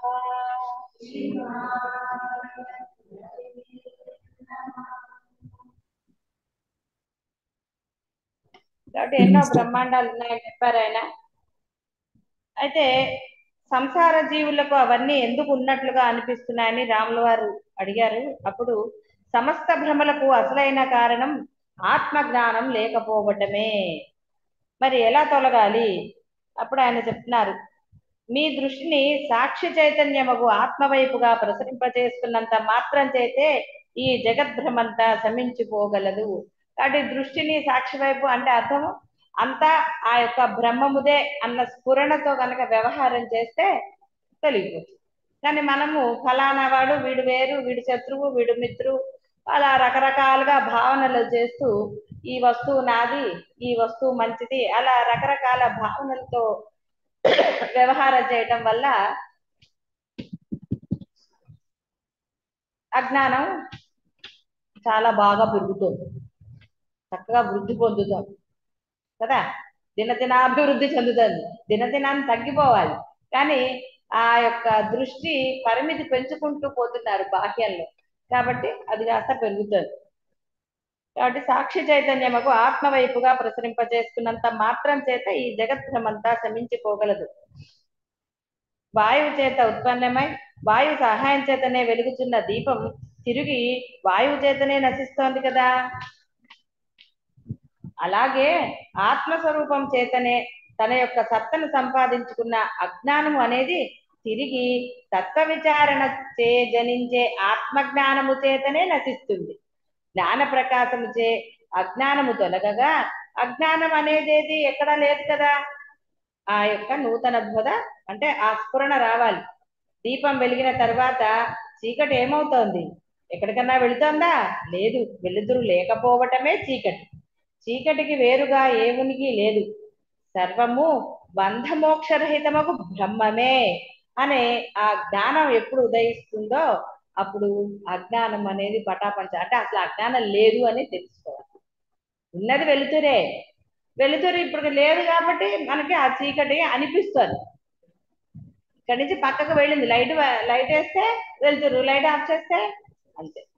కాబట్టి ఆత్మజ్ఞానము సర్వము బంధమోక్షరహితముకు బ్రహ్మమే అన్న ఆ జ్ఞానం ఎప్పుడైతే స్థిరంగా ఉంటుందో అప్పుడు అజ్ఞానానికి చోటే దశలిహ, చోటే లేదు.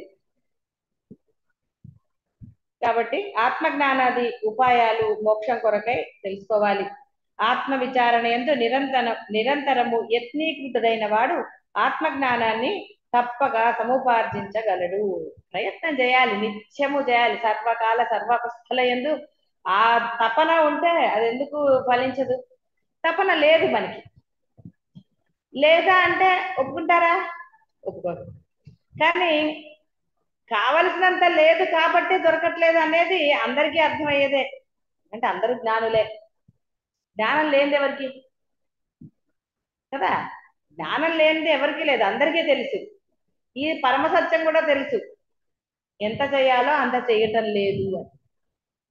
బాహ్య ప్రపంచంలో అయినా ఏదైనా సరే అది ఎంత చేస్తే అంత మేరకే మనకి ఫలితం వస్తుందన్న సంగతి ఎన్నో అనుభవాలు. మరి ఇక్కడ మనం చేసే ప్రయత్నం ఏమాత్రం ఎక్కడ కుదురుతుంది? సర్వకాల సర్వావస్థల యందు నువ్వు ఆనందంగా ఉండాలి అంటే మరి ప్రయత్నం అనేది నిరంతరం జరగాలి. కానీ ఇప్పుడు కొంచెం అప్పుడు కొంచెం టైం ఉన్నప్పుడు ఇలా మనము దాన్ని ఇది చేసుకుంటూ పోతే, డివైడ్ చేస్తే, డివైడ్ అండ్ రూల్ అనేది పాత పద్ధతి. అది దానివల్ల ఆనందం లభిస్తుందా కదా? కానీ ఇప్పుడు ఏమిటంటే ఆనందం లభించదని ఒప్పుకుంటారు, చెయ్యటం లేదని ఒప్పుకుంటారు, అన్ని ఒప్పుకుంటారు, కానీ అసలు ఎన్ని చేయట్లేదు. ఎందుకు అన్న ప్రశ్నకి సమాధానం ఉంటుందా?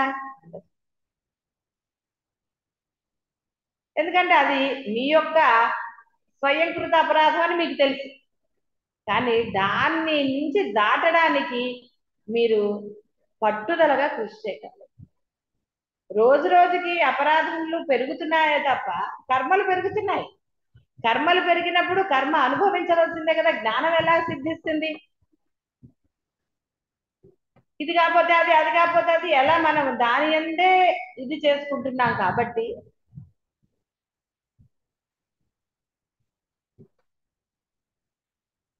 సాధన ఎంత మేరకు చేయాలో అంత మేరకి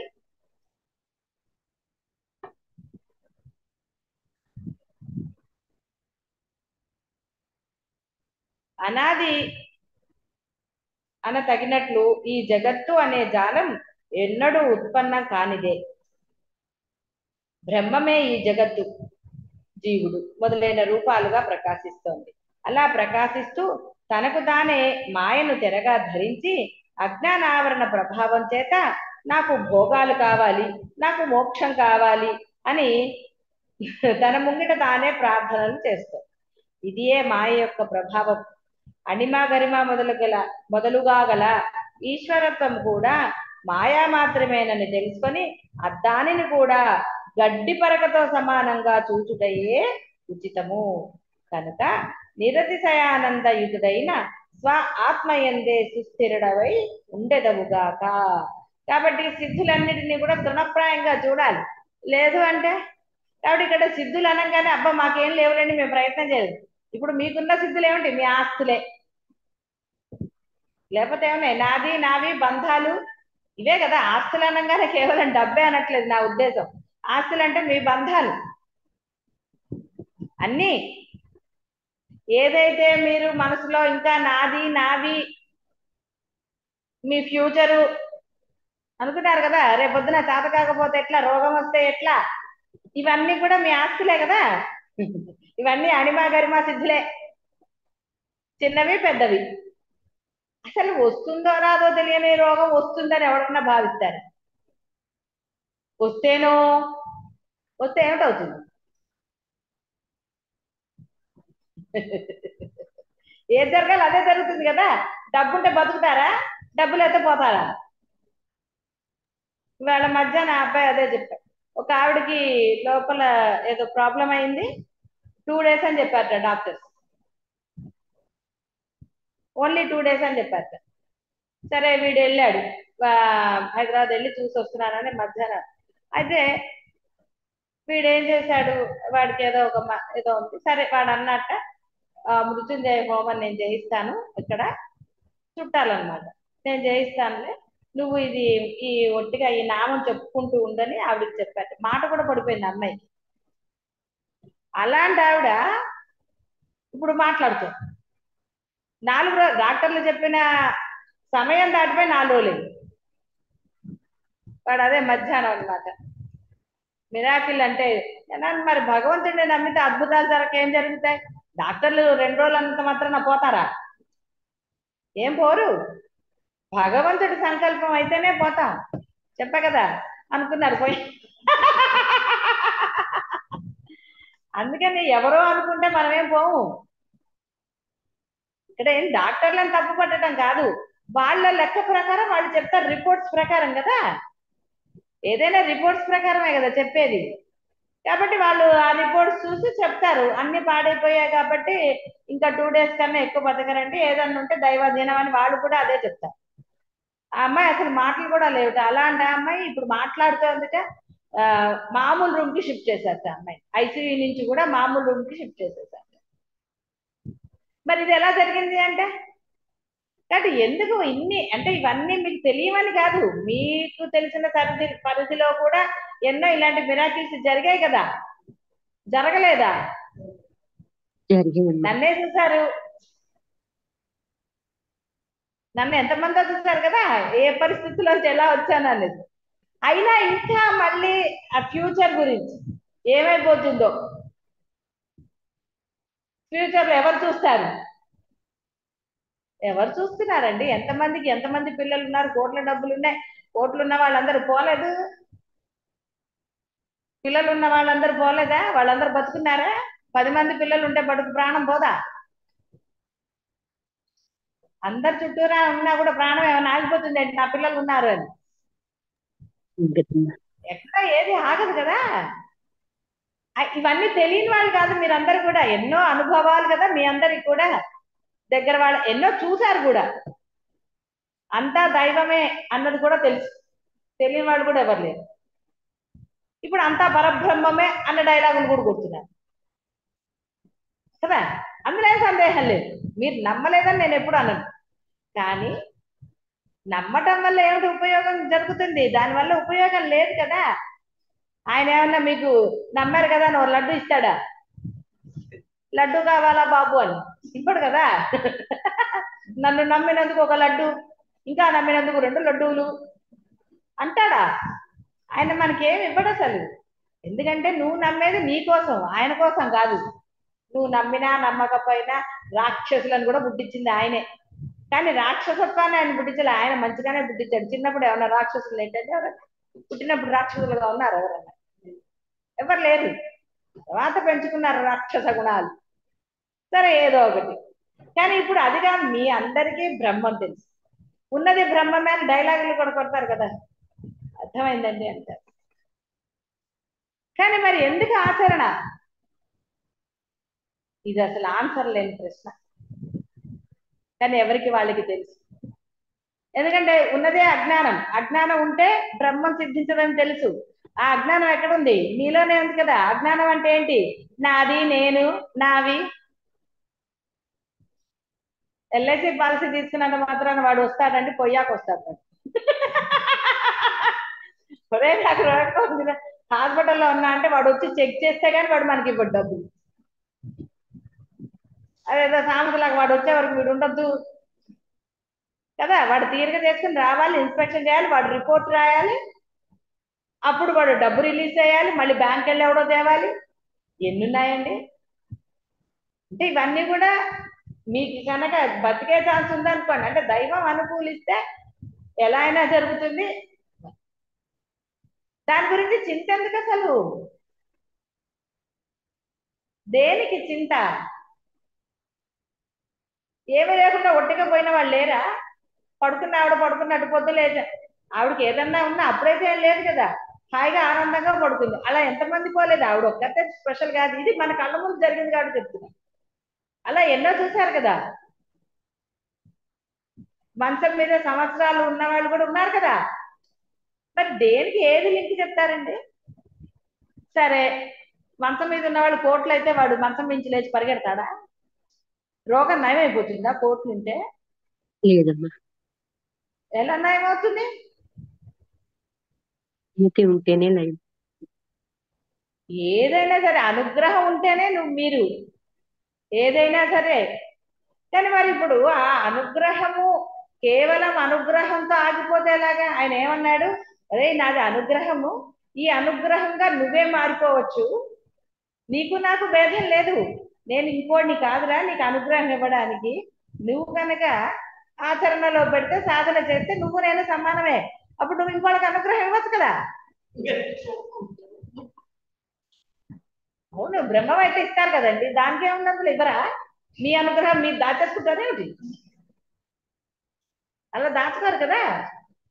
మరి సరే పోనీ, అది పక్క వాళ్ళ సంగతి తర్వాత ఆలోచిద్దాం. ముందు మనం పరమానందంగా ఈ భయాలు లేకుండా ఉంటాయి కదా. ఎన్ని భయాలండి? దొంగాడు వస్తాడేమో, ఊరెళ్తే తాళం పెట్టేస్తే దొంగాడు వస్తాడేమో, ఊర్లో ఉండబడికి రాడా? ఊర్లో ఉండబడికి రాడేంటి? ఎక్కడైనా వస్తా, పోయేది ఉంటే ఎప్పుడైనా పోతు, పోంది మీరు పారేసినా పోతు. ఈ అనవసరమైన భయాలు లేకుండా ఆనందంగా ఉంటారు కదా. ఎన్ని పెట్టుకున్నారు లోపల? ఒక్కొక్కళ్ళని తీయమంటే ఇప్పుడు లిస్టు బయటికి రాదు. స్వచ్ఛందంగా తీయండి అంటే ఎన్ని వస్తాయండి ఒక్కొక్కళ్ళది? ఒక పుస్తకం రాయొచ్చు ఒక్కొక్కళ్ళు ఎన్ని ఉన్నాయో భయాలు. స్వచ్ఛందంగా, నిష్పక్షపాతంగా, నిష్కర్షగా మీ మనసులో భయాలు అంటే రావా బయటికి? నేను అది వస్తాయనే చెబుతున్నా. కాకపోతే ఇన్ని నోట్బుక్లు ఎక్కడ కొనిస్తాలే అని ఆలోచించాను. మళ్ళీ రాత్రి నేనే చదవాలి కదా, నా వల్ల కదా అవునమ్మా. వాళ్ళు ఇంతమంది పుస్తకాలు, మీరు ఒక్కొక్కళ్ళు ఇంత నోట్బుక్లు రాసి, అప్పుడు ఎవరు ఆవిడ కష్టాలను ఇంత రాసుకొచ్చి ఇచ్చింది. ఇంత కట్ట రాసుకొచ్చింది, రాసుకొచ్చి చదవండి, నాకు నాదేమిటో మీకు తెలుస్తుందండి. నాకు నిజంగా భయం వేసిపోయి, నాయన ఇట్లాంటి వాళ్ళని నువ్వు నా దగ్గర పంపితే నేనే అయిపోతాను, కాబట్టి ఆవిడని మళ్ళీ రానియకు, ఆవిడ కష్టం ఏదో నువ్వు తీర్చు, కానీ ఆవిడ మళ్ళీ రానీకి. ఇప్పుడు ఆవిడ ఏ మధ్యలోంచో ఒక్కొక్కరైతే నేను ఏ సమాధానం చెప్పాలి?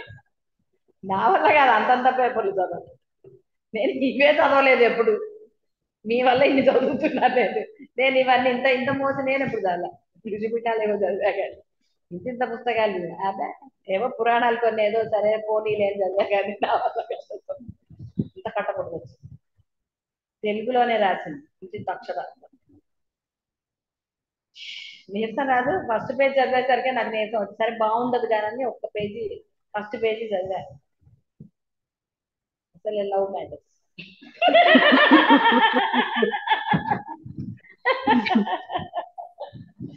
ఇంకా నేను చదవలేదు. నాలో దాచి పెట్టి ఆవిడ వస్తుందేమో భయం వేసింది, నా పేపర్లు నాకు ఈ కట్టుంది. మరి వచ్చి పేపర్లు అడిగితే నేను చెప్పి పనేస్తే నేను అసలు చదవ కూడా చదవలేదు. ఇప్పుడు రాసిద్దామన్న మన దగ్గర ఏమి. సరే ఆఖరికి ఒక వారం తర్వాత కదా మొత్తానికి ఎక్కి మాస్టర్లు మళ్ళీ ఆవిడ నా దగ్గర రానిలే, అమ్మాయి అనుకుని చిక్కు రాలేదు. తర్వాత ఆవిడ ఎవరో కవితలు తీసుకొచ్చింది ఒక ఆవిడ, అమ్మ నేను కవితలు రాశాను, కొంచెం మీరు నాకు సజెస్ట్ పెట్టాను. ఎందుకు అసలు నేను అన్నా, నాకు అసలు రాదమ్మా, ఏదో తెలుగు వచ్చు కానీ నాకు కవితల గురించి నాకేం తెలుసు, చంద్రసభని నాకు అసలు నాకు వ్యాకరణం రానే రాదన్నా. ఆహా అట్లా కాదమ్మా, మీరు చేయగలుగుతారు, మీరు నాకు సజెస్ట్ పెట్టండి అండి. నా గదలు ఇది ఎక్కడ కోలయ్యా బాబు, కవిత్వాలు ప్రేమ లేఖలు లేకపోతే కవిత్వాలు ఇంకా ఆవిడ వచ్చాను. సరేలేని ఫస్ట్ దాంట్లో ఏదో వినాయకుడు ఏదో పెట్టిందంటే ఇలా ఉండాలమ్మా, అది కాదు అర్థం మాత్రం ఏదో చెప్పేశారు. అమ్మ చూసారా మీకు వచ్చు, కాబట్టి మిగతా అవన్నీ కరెక్షన్ చేయండి, కంగారు ఏం లేదు నెమ్మదిగా చేయండి అంది. సరే అన్నా, నీకేం అనలేక తర్వాత ఇక నేను అది కూడా చెప్పాను, నువ్వు ఇట్లా కవిత్వాల వాళ్ళని ఇంకోళ్ళని నా దగ్గర పంపించామంటే మర్యాద ఉండదు వాళ్ళని. అనుకోకుండా ఏదో ఊరు వెళ్ళాము, ఆ అమ్మాయి 2-3 సార్లు చేసింది, నేను ఊర్లో ఉన్నానమ్మా అని రక్షించాడు ఆయన. తర్వాత ఆ అమ్మాయి మళ్ళీ నా దగ్గర రాలేదు. తర్వాత వాట్సాప్ లో పంపించడం మొదలెట్టి, ఎట్లా వాట్సాప్ వచ్చింది కదా, ఆవిడ వాట్సాప్ లో పంపిస్తాను, రాసి ఇది కరెక్షన్ చేయండి అంది. ఇక నా వల్ల కాదని సూపర్ అని పెట్టేశాను. మరి ఎక్కడ చేస్తారు, ఇది బాగుంది, ఆవిడేదో పైచం రాసిందని నేనెక్కడ కరెక్షన్ వేసుకుంటూ ముచ్చినే అసలు కాదు. ఎవరినో ఏమన్నా కవిత్వం వచ్చిన వాళ్ళ దగ్గరికి వెళ్ళమ్మా, ఏమన్నా పదాలు చదువుతారు, నా దగ్గరకు వస్తే ఏం పదాలు వస్తాయి అంటే విందే వాట్సాప్ లో పంపిస్తుంది. సరే ఒకసారి చేశాను, రెండోసారికి నేను అసలు చూడను కూడా చూడలేదు, చాలా బిజీ అని చెప్పి. అయితే అసలు నేను కవితలు రాస్తూ కూర్చోవాల్సి వచ్చింది. అలా ఉంటాయి కష్టాలు కొన్ని, చెప్పుకోలేని పాపం. ఏం చేస్తాను చూడండి, ఇలా వచ్చి చెప్పుకోవాల్సి వచ్చింది. అంటే అజ్ఞానం, ఎందుకు వచ్చిన అజ్ఞానాలు, ఎందుకు వచ్చిన కవితలు ఎవరిని ఉద్ధరిస్తాయండి? ఉద్ధరిస్తాయా? దాని బదులు హాగా నామస్మరణ చేస్తా, నామజపం చేస్తా, కనీసం ఆవిడని ఉద్ధరింపబడుతుంది కదా. రాయొద్దని నేనేమన్నాను, రాసుకుంటే రాసుకోండి మీ ఆనందాన్ని, పక్క వాళ్ళని సినిమాలో శ్రీలక్ష్మి కవితలు రాసినట్టు. అదే అరటి పండులా ఏదో చేదా లంబాలమ్మ ఏదో అది కవితలు రాస్తూ ఉంటుంది కదా. అందుకని అలా ఎందుకు చెప్పండి, నేను దొరికాను అది ఈవిడ కనిపింది. చాలా జాగ్రత్తగా ఉండాలి. అలా ఎందుకు వచ్చిన బాధ? హాయిగా మాయ యొక్క ప్రభావం నుంచి తప్పించుకుంటే, కవితా ప్రభావాలు అలాంటి ప్రభావాలన్నీ తప్పించుకుని ఇప్పుడు క్షేమంగా ఉన్నాను. అందుకే మనలో ఎవరు లేరు, నేను చాలా జాగ్రత్త పడ్డాను. ఎవరన్నా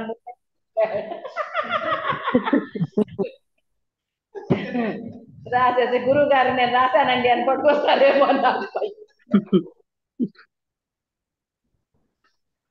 అందుకని రాముల వారు అన్నట్ట, తృణముతో చూడయ్యా అని చెప్పాడు. ఈశ్వరత్వం అణిమా గరిమా మొదలుగా గల ఈశ్వరత్వం కూడా మాయా మాత్రమే అని తెలుసుకొని తృణముతో సమానంగా, తృణం అంటే తెలుసు కదా, గడ్డి పరక, కాబట్టి నిరతిశయానందయుతుడైన స్వ ఆత్మ ఎందే సుస్థిరమై ఉండమన్నాడు. అప్పుడు రాముల వారు, మహర్షి మీ వచన ప్రవాహం అమోఘం.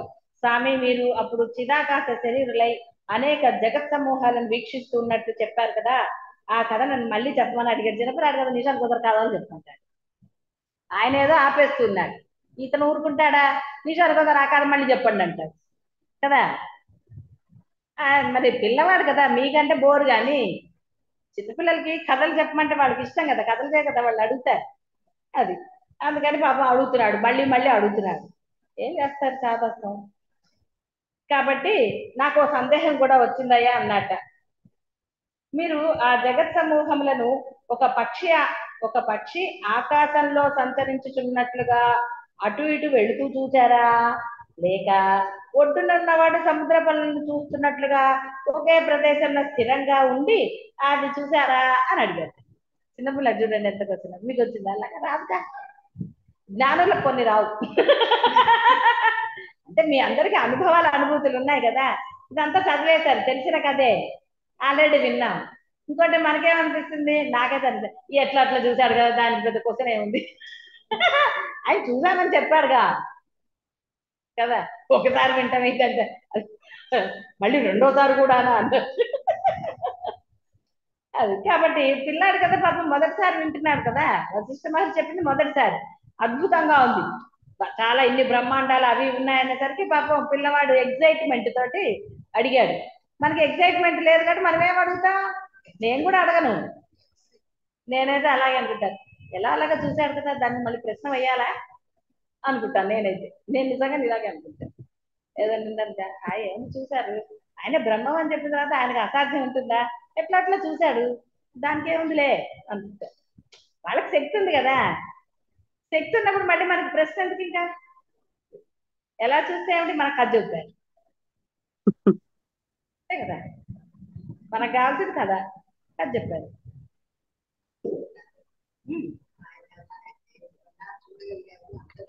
ఎలా చూడగారు ఆయన చెప్తాడు కదా, నేను బ్రహ్మమని ఆయనే చెప్పాడు, నేను వ్యాపించే ఉన్నానని చెప్పాడు కదా, ఇంకేంటి మరి చెప్పారమ్మా. చిదాకాశం అయిపోయాను అన్నాడు కదా, జలంలో జలం కలిసినట్టుగా తరంగాలు కలిసి నేను కలిసిపోయాను అని అన్నాడు కదా.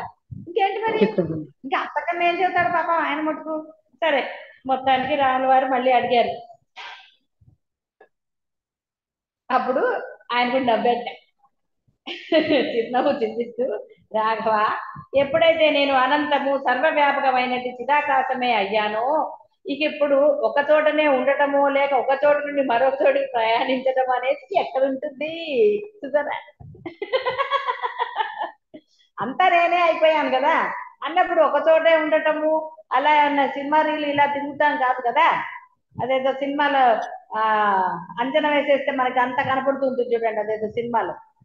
ఆ తర్వాత కూడా ఆ మధ్య ఎప్పుడో కూడా అంజనం వేసి చెప్తారు, ఏదో అంజనం వేస్తారు, అదో మంత్రం తాంత్రికం, అవి కూడా నేర్చుకుంటారా అలా నేర్చుకో. వద్దమ్మా, ఏమొద్దమ్మా. చెప్తే ఏమిటి అనేది తెలుస్తుంది, ఎన్నాళ్ళు బతుకుతారు అది కూడా తెలుస్తుంది, ఎప్పుడు పోతారు, అసలు పోతారా పోరా, మరి అది కూడా పోతానే కదా. అందరూ వెళ్ళి నేను పోతానా పోనా అంటే అది పేలిపోతుంది. పుట్టినవాడు చచ్చుక తథ్యమే కదా. అందుకని అంచనా అలాంటివి కావాలంటే నేర్చుకోవచ్చు, ఆ విద్యలు కూడా నేర్చుకోవచ్చు, అవకాశాలు ఉంటాయి. మరి సరిగ్గా చెప్పేవాళ్ళు ఉన్నారు లేదో నాకే తెలియదు, నేను ఎప్పుడు నేర్చుకోవాలని ట్రై చేయలే. నాకెవరో చెప్పారు అలా అంజనం వేస్తారంటే అక్కడ కూడా కొనుక్కొచ్చాము అని చెప్పారు. ఒకళ్ళకి ఏదో ప్రాబ్లం వచ్చి రేఖీలో ఫస్ట్ లో, మరి ఇంకేంటి అన్న, వాడు పోతామని చెప్పారండి అన్నారు, కానీ పోలా.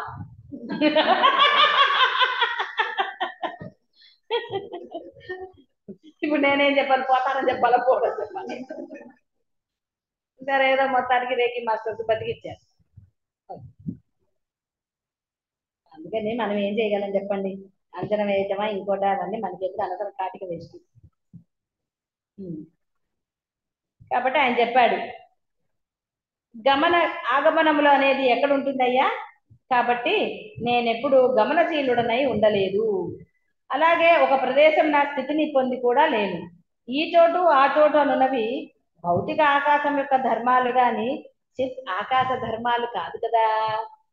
అంతటా ఉన్నప్పుడు ఇంకా మళ్ళీ వేరేగా ఎలా కుదురుతుంది.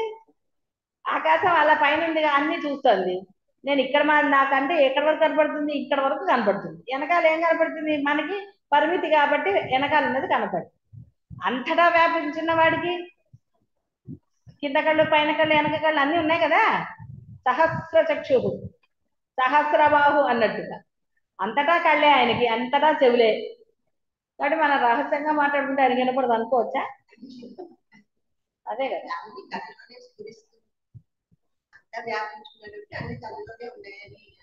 అని ఆయన అన్నారు.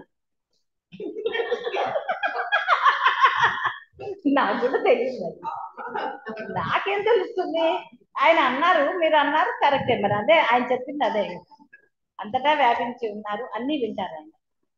ఆయనే ఉంది బ్రహ్మములు అందరూ అన్ని వింటారు, మనం ఏం చేయగలుగుతాం, ఇంకా రహస్యాలు చెప్పుకోవచ్చు.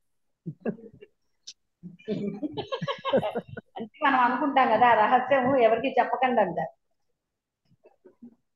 చెప్పకండి అంటే చూడండి, రహస్యం ఎవరికి చెప్పకండి అన్న మాట అందరికీ తెలుసు, అందరికీ తెలుస్తుంది, అది పరమ రహస్యం. మనం అనుకుంటే పరమ రహస్యం ఎవరికి తెలియగలదు, కానీ అందరికీ తెలిసిందే పరమ రహస్యం అని ఎవరికి తెలుసు పాపం, అమాయకులు కదా. సరే మరి ఎలాగా అని అన్నాడు. అప్పుడు అపరిచ్ఛిన్నము నిత్య అపరోక్షమగు నా ఆత్మయంతే ఆయా జగత్ సమూహములన్నిటినీ నేను వీక్షించాను. దేహాత్మ బుద్ధితో ఈ శరీరమును పాదముల నుండి మస్తకము వరకు ఈ చర్మ నేత్రములతో చూస్తాం కదా, అలాగే ఈ చర్మ నేత్రములతో కాకుండా చిద్రూప నేత్రాలతో అప్పుడు ఆ జగత్తులను నాయందే ఆత్మయందే చూడటం జరిగింది. ఆ సమయంలో సమాధి స్థితిని అవధరించిన నేను నిరాకారంగాను అవయవంగాను నిర్మల చిదాకాశ రూపంగాను స్థితి పొంది ఉన్నాను. అందుచేత నాచే చూడబడిన జగత్తులన్నీ నా యొక్క అవయవ విభాగాలుగానే నాకు అనిపించాయి. వాస్తవానికి ఆ జగత్తుల యొక్క వస్తుత్వం జనించటము లేదు, నశించటము లేదు. వాటన్నిటి స్వస్వరూపం యొక్క సత్తా నా యొక్క సత్తా చేతనే ఏర్పడినాయి సుమా. అనగా నా సత్తయే వాటి ఉనికికి ఆధారం. ఆ విధంగా అవి నా అవయవాల వల్లనే నాకు అనిపించాయి. వాటికి స్వతహ సత్తా లేదు కాబట్టి అవి వస్తుతత్వ రహితములని కూడా తెలుసుకో. అంటే అంతా బ్రహ్మమే ఉంది. బ్రహ్మంగా అంతా బ్రహ్మమే అయినప్పుడు మళ్ళీ ప్రత్యేకంగా తెలుసుకోవాల్సిన అవసరం ఏముంది? మీ గురించి ఆయనకు తెలీదా? తెలుసు కదా. ఎందుకు? ఉన్నది అంతా బ్రహ్మమే కాబట్టమ్మా. అప్పుడు అలాగా పురుషులకు అంతా వ్యాపించి అందులో ఒక చిన్న కణము అని విడిగా ఏమి ఉండదు, కానీ అది నేను అంటే ఇది అయ్యి నేను అయ్యి కాదు, నేనున్నాను. అలాగా ఆ శక్తిలో ఒక చిన్న కణంగా ఉన్నాను. అసలు ఎందుకట్లా చిన్న కణంగా ఉన్నాను? ఆ శక్తిలో ఉన్నాను అనుకోండి. మళ్ళీ చిన్నది పెద్దది ఎందుకు? అందులో ఉన్నారు, మీరు ఉన్నారు అంటే అయిపోయింది కదా. మళ్ళీ చిన్నగా అంటే పెద్దగా ఇంకో ఉన్నట్టు అనిపిస్తుంది, బాధ వస్తుంది కదా. అందులో ఉన్నాను, నేను బ్రహ్మంలోనే ఉన్నానంటే ధైర్యం కదా. ఎక్కడో వేరే చోటు ఉన్నానంటే మనకి ఇప్పుడు మన ఇంట్లో మనకి భయం లేదు. వేరే వాళ్ళ ఇంట్లో ఉన్నాం అనుకోండి, కొంచెం భయం వేస్తూ ఉంటుంది కదా. ఏం చేస్తారో ఏమిటో తెలీదు, ఏం పెడతారో తెలీదు కదా ఆ టైం వరకు. ఎవరింటికన్నా వెళ్తే అంతే కదండి. ఎంత సొంత వాళ్ళ ఇంటికి వెళ్ళినా కొంచెం మనకి భయం భయంగా ఉంటుంది కదా, ఏమిటో అని. ఇది చెయ్యాలో వద్దు, అది చెయ్యాలో వద్దు, ఎలా చేస్తే మంచిది మనకి ఏం తెలుసు వేరే వాళ్ళ ఇంటికి వెళ్తే కదా. ఏదైనా చేయకపోతే నీకు తెలియదులే కూర్చో అంటారు. ఎందుకు వచ్చిన బాధ? అదే మన ఇంట్లో మనం ఉన్నాం అనుకోండి, ధైర్యం లేదు కాబట్టి మన ఇల్లు ఏమిటి, అసలైన ఇల్లు బ్రహ్మము, బ్రహ్మంలో ఉన్నాం అంతే. ఇంకా మళ్ళీ చిన్ని కణం పెద్ద కణం అంటూ అనక్కర్లా మనం. అన్ని అంటే అణువుల సమూహము అవన్నీ బోధకి చెప్పారు కాబట్టి అణువుల సమూహం అన్నారు కాబట్టి నేను ఒక అణువు, నేను మనం ఎందుకు అనుకోవాలి కదా. భావం తగ్గిపోవటంలా చిన్న అనగానే చూపిస్తున్నారు కదా. ఉన్నాను బ్రహ్మాండం, ధైర్యంగా. ఓకే, ఉన్నారైతే వాళ్ళు ఉన్నారా? ఉన్నారా? ఏంటి లేరా మీరు? మరి ఎందులో ఉన్నారు? ఆవిడ కన్ఫర్మేషన్ అడిగే ఆవిడ ఆవిడ ఉన్నానని చెప్పారు, మీరు కూడా ఉన్నారా లేదో కన్ఫర్మ్ చేసుకుంటున్నాను. మీరు ఉన్నారా అంటే ఆవిడైతే మీరు ఉన్నారంటారు, మీరేమంటారు? ఉన్నారా మీరు అందరు కూడా? ఓకే. ఎందుకు వీడియో ఆన్ చేశావు? వీడియో ఆన్ చేసి తలకాయ చూపిస్తున్నావు.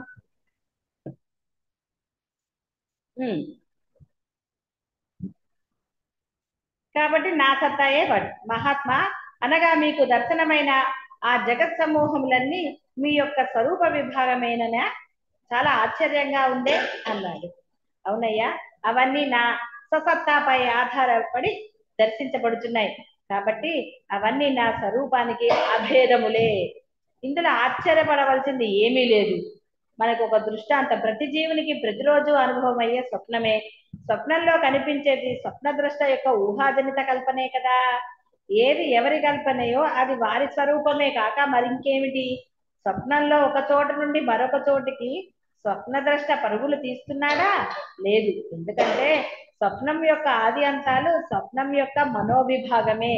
మనసు అతని స్వరూపంలో నుంచే కదా బయలువెడలింది. స్వప్న దృశ్యమంతా చిదాకాశం కంటే వేరు కానట్లే నేను అప్పుడు గాని ఎప్పుడైనా సరే చూసే జగత్తులు చిదాకాశ స్వరూపమే అయి ఉన్నాయి. దేహాభిమానియగు జీవుడు ఏ విధంగా కాళ్ళు చేతులు తన దేహ విభాగంగానే అనుభవం పొందుచున్నాడు, అంతగానూ నేను ఆ జగత్తులన్నిటినీ నాలాగానే భావించాను, నా దేహ విభాగంగా అని చెప్పాడు ఆయన. చేతులు అన్ని కూడా మా సొంతం అనుకుంటారు కదా, కాళ్ళు చేతులు అన్ని కూడా మీవే అయినప్పుడు మరి అప్పుడప్పుడు పని చేయదు కదా, తిమ్మిరెక్కుతుంటుంది. ఎందుకు ఎక్కింది? రకరకాలు కదా, అదే చెప్తున్నాడు ఆయన. కాబట్టి బ్రహ్మానికి అన్యంగా ఏదీ లేదు.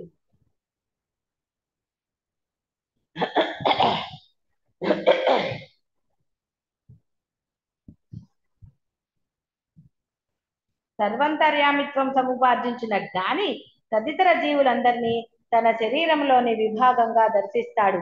అలాగే అక్కడ నాకు తారసపడిన బ్రహ్మాండములన్నీ నాయందే ఉన్నట్లు అనుభూతి. అవి అవయవి అంటే అవయవాలు ఉన్నవాడు అని. ఏ విధంగా తన అవయవములను తనకు అభిన్నంగా అనుభవం పొందుచున్నాడో అలాగే నేను కూడా ఆ బ్రహ్మాండాలన్నీ ఆయా సృష్టిలన్నీ నాకు అభిన్నంగా ఉన్నట్లు నాకు అనుభూతం అవుతున్నాయి. అంతేకాదు ఇప్పుడు కూడా సుమా బోధరూపము ఆత్మతోటి ఏకత్వం పొందిన నేను ఇప్పుడు కూడా అనేక సృష్టిలతోనూ ఈ దేహ ఆకాశ పర్వత స్థలములతోనూ అభేదత్వ స్థితినే పొందుచున్నాను. మనందరికీ ఈ విశ్వం ఎదురుగా ఎలా కనిపిస్తుందో అలాగే ఈ సభా ప్రాంగణం యొక్క బాహ్య అభ్యంతరాలు కూడా అనేక జగత్తులలో పూర్ణమై ఉన్నట్లు నేను తెలుసుకుంటాను. అంటే ఆయనకు తెలుస్తుంది అని. ఓ రామచంద్ర, జలము తమ యందలి రసమును, మంచు తన యందలి శీతలత్వమును, వాయువు తన యందు చలనత్వమును చూస్తున్నట్లుగా శుద్ధ బుద్ధి అయినట్టు జ్ఞాని కూడా ఈ జగత్తుని తన యందు ఉన్నదానిగా తెలుసుకుంటాడు. నేనే కాదు, బోధ స్వరూపంతో ఏకత్వం పొందినట్టు జ్ఞానులందరూ కూడా నాలాగానే ఏకాత్ములై ఉంటారు. నేను నా యందలి ఆత్మనే వారి ఆత్మగాను, వారు వారి యందలి ఆత్మను నా ఆత్మగాను తెలుసుకుంటూ ఉంటారు. ఇదే సర్వాత్మ స్వరూప దృష్టి. ఎప్పుడైతే అట్టి సర్వాత్మ స్వరూప దృష్టి పరిపక్వం అవుతుందో అప్పుడిక తెలియబడేది, తెలుసుకునేవాడు, తెలియబడటం అనే త్రిపుటి జయించబడి అధిగమించబడుతుంది. విజ్ఞాన స్వరూపము ఆత్మతో సమస్తం యొక్క ఏకత్వం స్వభావ సిద్ధంగా అనుస్యూతముగా సంభవిస్తుంది. యోగాదులచే సిద్ధులు సంపాదించుకున్న యోగ సిద్ధ పురుషుడు ఒక పర్వతంపై నిలబడి తన యొక్క యోగ దృష్టితో కోట్లాది యోజనల దూరం, అంత దూరంలో ఉన్న బాహ్యాభ్యంతర పదార్థాలను దర్శించగలుగుతాడు. నేను కూడా సమస్త లోకములను అలాగే చూశాను. భూమండలాలను అనేక దేవత భూమి అందరి సమస్త పదార్థములను, సమస్త ధాతు రసాదులను తనయందే ఉన్నట్లు తెలుసుకున్నట్లుగా అక్కడి దృశ్యం అంతా నాకంటే వేరుగా లేనట్లు. కాబట్టి ఇక్కడ అర్థం ఏంటి? బ్రహ్మము. ఎవరైతే బ్రహ్మ జ్ఞానం పొందుతారో వాళ్ళందరికీ ఇవన్నీ సాధ్యమే. ఏది అసాధ్యం అంటూ ఏమీ లేదు. ఆ అనుభూతం ఎప్పుడు ఉంటుంది.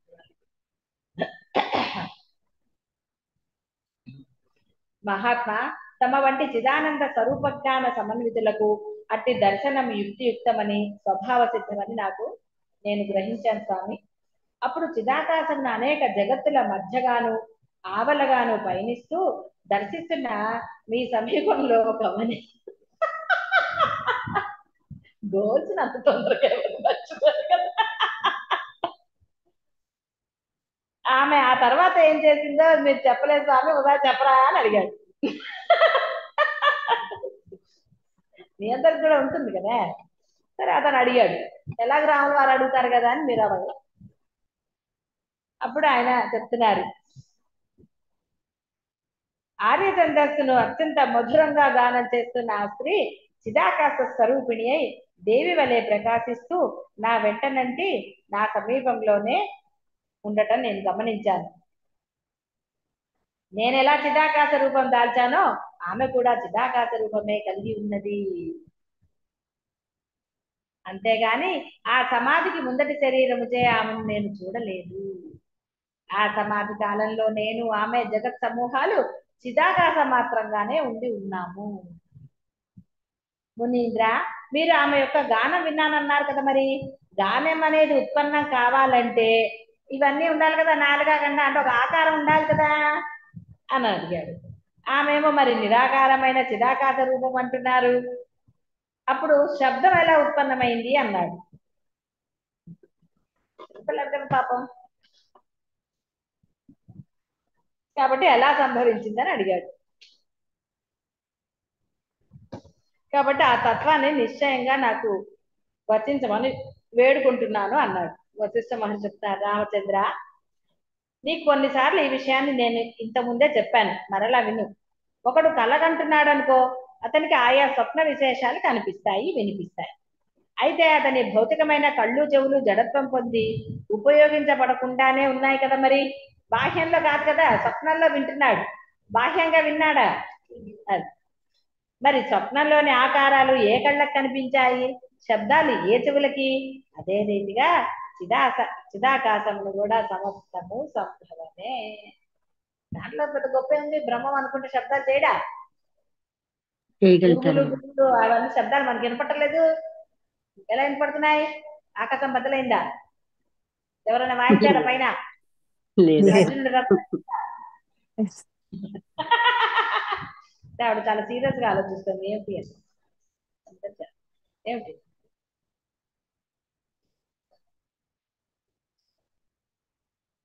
చైతన్యంలో ఉన్న ముందర ఒక శబ్దవతి వస్తుంది అని అంటారు, అలాగా అంటే ఓంకారం వచ్చిందని అలా అనిపిస్తారు. ఎవరంటారు? బ్రహ్మలా పుట్టాడు, బ్రహ్మలా వచ్చాడు, వస్తే ఆయనకి ఏం చేయాలి, ఆయనకి ఒక శబ్దం దాన్ని దీన్ని ఎలా సమన్వయం చేస్తారు అసలు మీరు?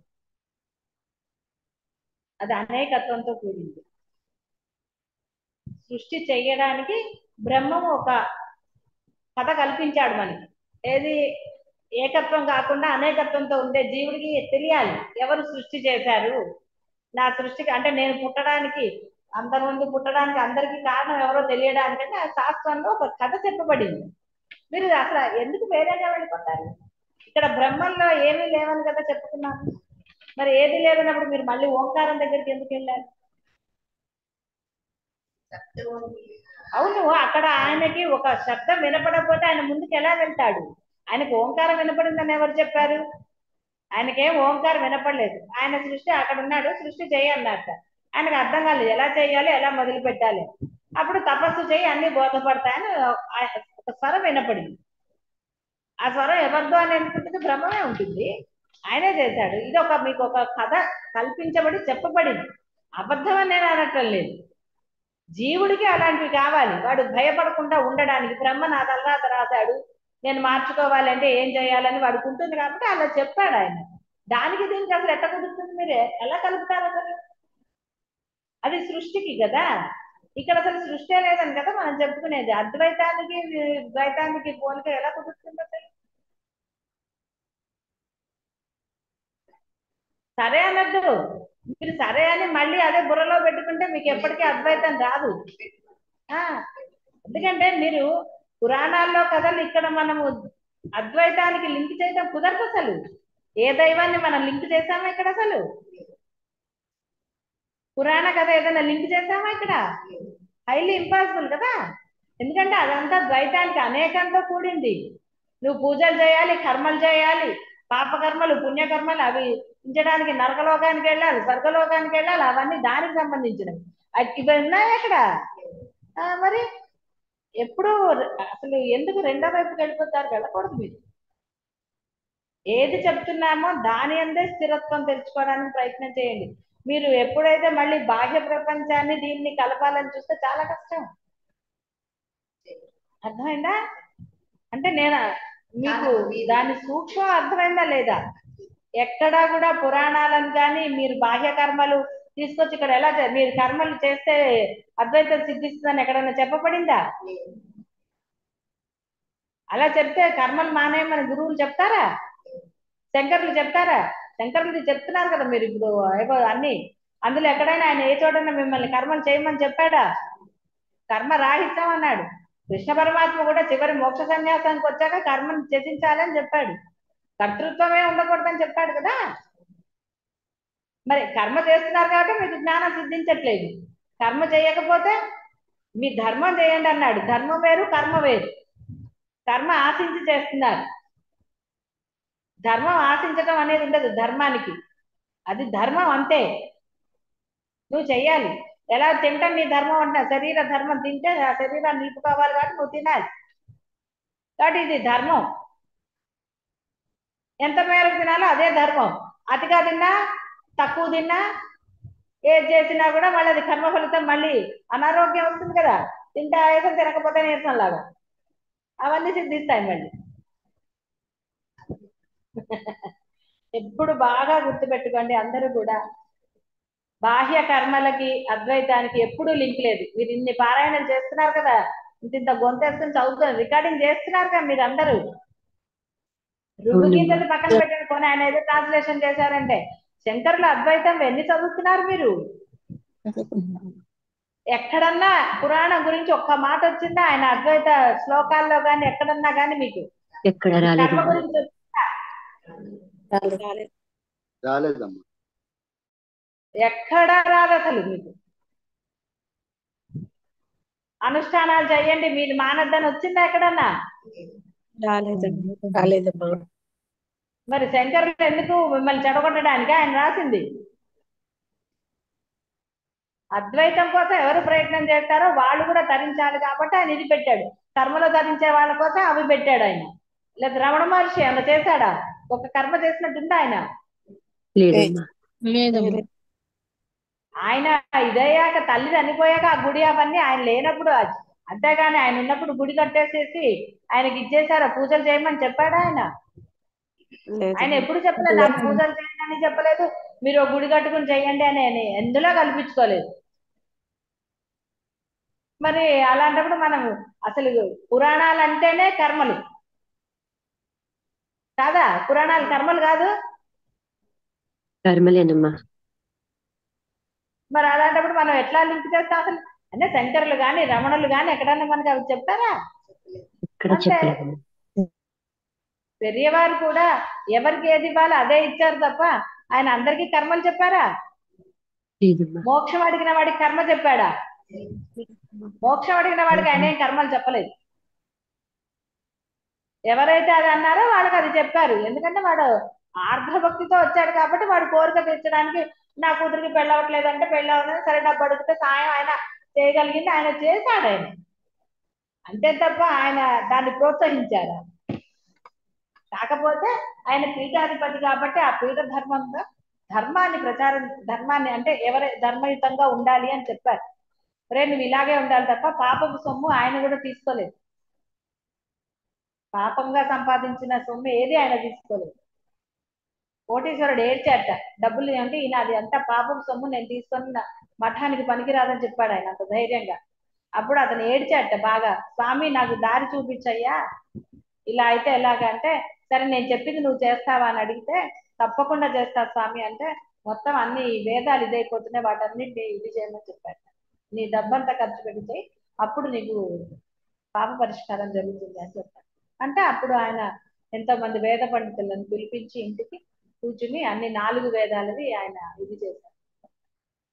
అందుకని ఎక్కడా మనకి కర్మతో లింక్ ఎక్కడా లేదు. ఆయన కర్మ చేయడానికి శబ్దం విన్నాడు. ఎందుకంటే సృష్టి చేయమని కూర్చోబెట్టాడు. కూర్చోబెట్టి ఏం చెప్పకపోతే ఏం తెలుస్తుంది? కొత్తగా ఆఫీస్కి వెళ్ళిన వాళ్ళకి ట్రైనింగ్ ఎవరు? వాడికి ఏం తెలుస్తుంది కదా? కాలేజీలో చదివాక చెయ్యంటే వాడికి ట్రైనింగ్ ఇస్తారు 2 రోజులు వర్క్ని బట్టి ఉద్యోగాన్ని బట్టి 2 నెలలు 3 నెలలు ఏదో గోలు ఉంటాయి కదా ఆఫీసుల్లో. అది కర్మ లింకు. ఎందుకంటే వాడు ఈ కర్మ చేస్తే వాడికి డబ్బులు ఇస్తారు. డబ్బులు తీసుకుని ఇంకా కర్మలు చేయాలి లేదా డబ్బులు ఎందుకు? కర్మ కోసమే డబ్బులు కదా. కొంత ధర్మానికి అప్పుడప్పుడు మనం వినియోగించవలసి వస్తుంది కాదనట్లా ఆయనేం దాన్ని ఇది చేయలే. కానీ ధర్మపరమైన ఇదే వాడమని చెప్పాడు.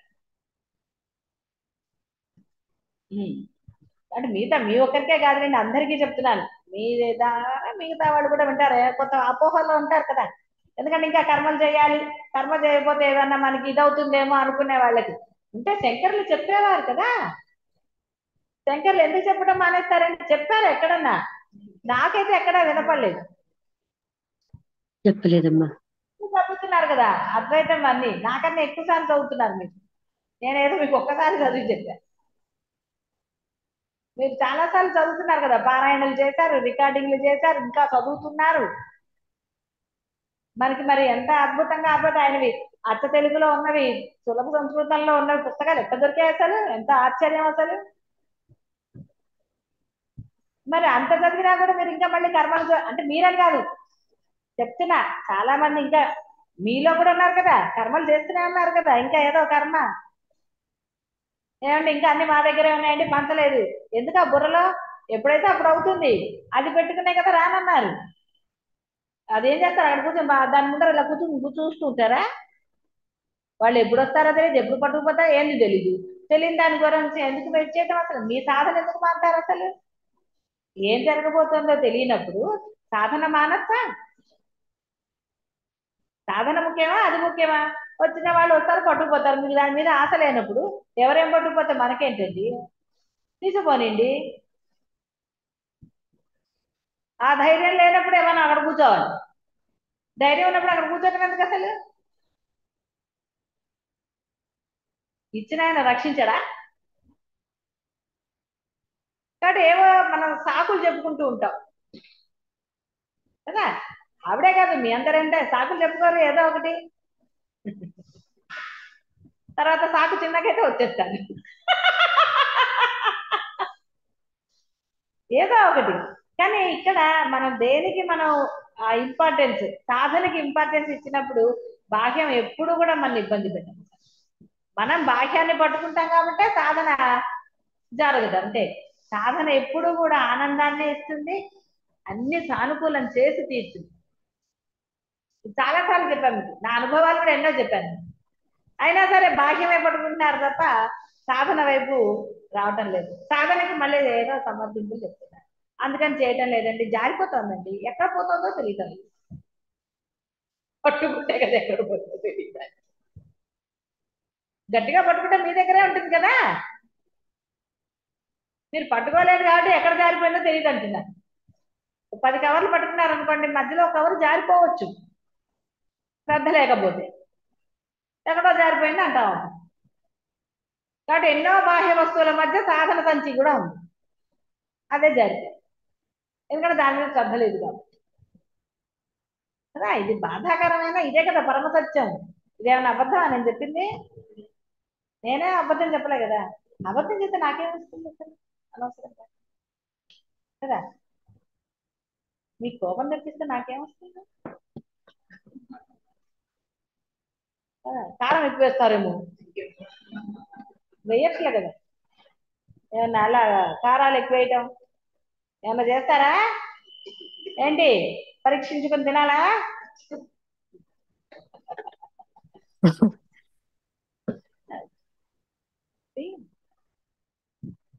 శాస్త్రాలని అద్వైతాన్ని ఎప్పుడూ సమన్వయం చేయలేదు.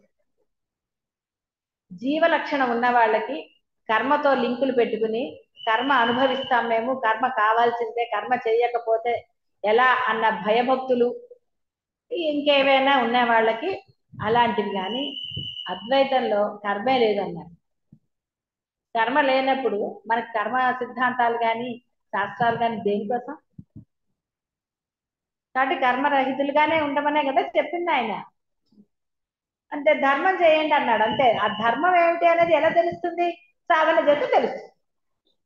ఇప్పటికీ కొన్ని ధర్మాలు తెలియదు ఏం కాదు మీకు, మీరు ఏం చేయాలో మీకు తెలియదేంటి? అక్కర్లేని పట్టుకుంటే అధర్మం అని తెలీదు. ఏది అక్కర్లేదో అది చిన్న విషయం లేస మాత్రమైనా అది అధర్మమే, మనకి సంబంధించింది కానప్పుడు. పక్కింట్లోకి దొంగ చూడటం అధర్మమే కాదా? పక్కింట్లో ఏమిటి అని దొంగ చూసారనుకోండి, అధర్మమే కదా. మనకి ఏం అవసరం పక్కింట్లో? మన ఇంట్లో మనం చూసుకోవడం ధర్మం, మన ఇల్లు శుభ్రం పెట్టుకోవడం మన ధర్మం, మనం ఉన్న ప్రదేశము అన్ని కూడా అది మన ధర్మం. కానీ అయ్యో పక్కిల్లు బాగాలేదంటే అది కూడా శుభ్రం చేసి వస్తాను అక్కర్లా కదా. అలా ఉంటే చాలు. మన చేత ఏ చేయించాలో ఆయన చేయిస్తానన్నాడు కదా. కాబట్టి ఏమంటే శుభ్రం ఆయన చేయించట్లేదండి అంటారా? అప్పుడు తిండి కూడా మానేయాలి. ఏమంటే ఆయన తినిపించట్లేదండి అనాలి. దాన్ని తింటాం మనమే చేస్తున్నాగా కదా. చేయట్లా? మీ షాపింగ్ మీరు చేయట్లా? అన్ని మీరు చేసేసి ఏమండి శుభ్రం పట్టుకు ఆయన మా చేత చేయించట్లేదండి అంటే అనవసరంగా ఎందుకు ఆయన పెట్టుకుంటారు చెప్పండి. ఏమన్నా మంచివాడా? ఏ జన్న సీరియస్గా తీసుకుంటాడు? మంచివాడు. బ్రహ్మాలు అందరూ మంచివాళ్ళు కాదు, కొంతమంది సీరియస్గా తీసుకుంటారు. సీరియస్గా తీసుకుంటే మన పని ఏమవుతుంది? అందుకని ఎందుకు వచ్చిన వాళ్ళు చెప్పండి, మర్యాదగా ఉందాం వాళ్ళతో. ఓకే, అర్థమైంది కదా అందరికి? అందరికి అర్థమైంది కదా. కర్మ లింక్ ఎక్కడా లేదు. మీరు కర్మ లింకులు పెట్టుకున్నారు, రావటం లేదు. మీరు కర్మ లింక్ వదిలేసినప్పుడు మాత్రమే మీకు పరమానందము, పరమాత్మ తత్వం అనండి ఏదైనా సరే జీవ బ్రహ్మైక్యము సిద్ధిస్తుంది.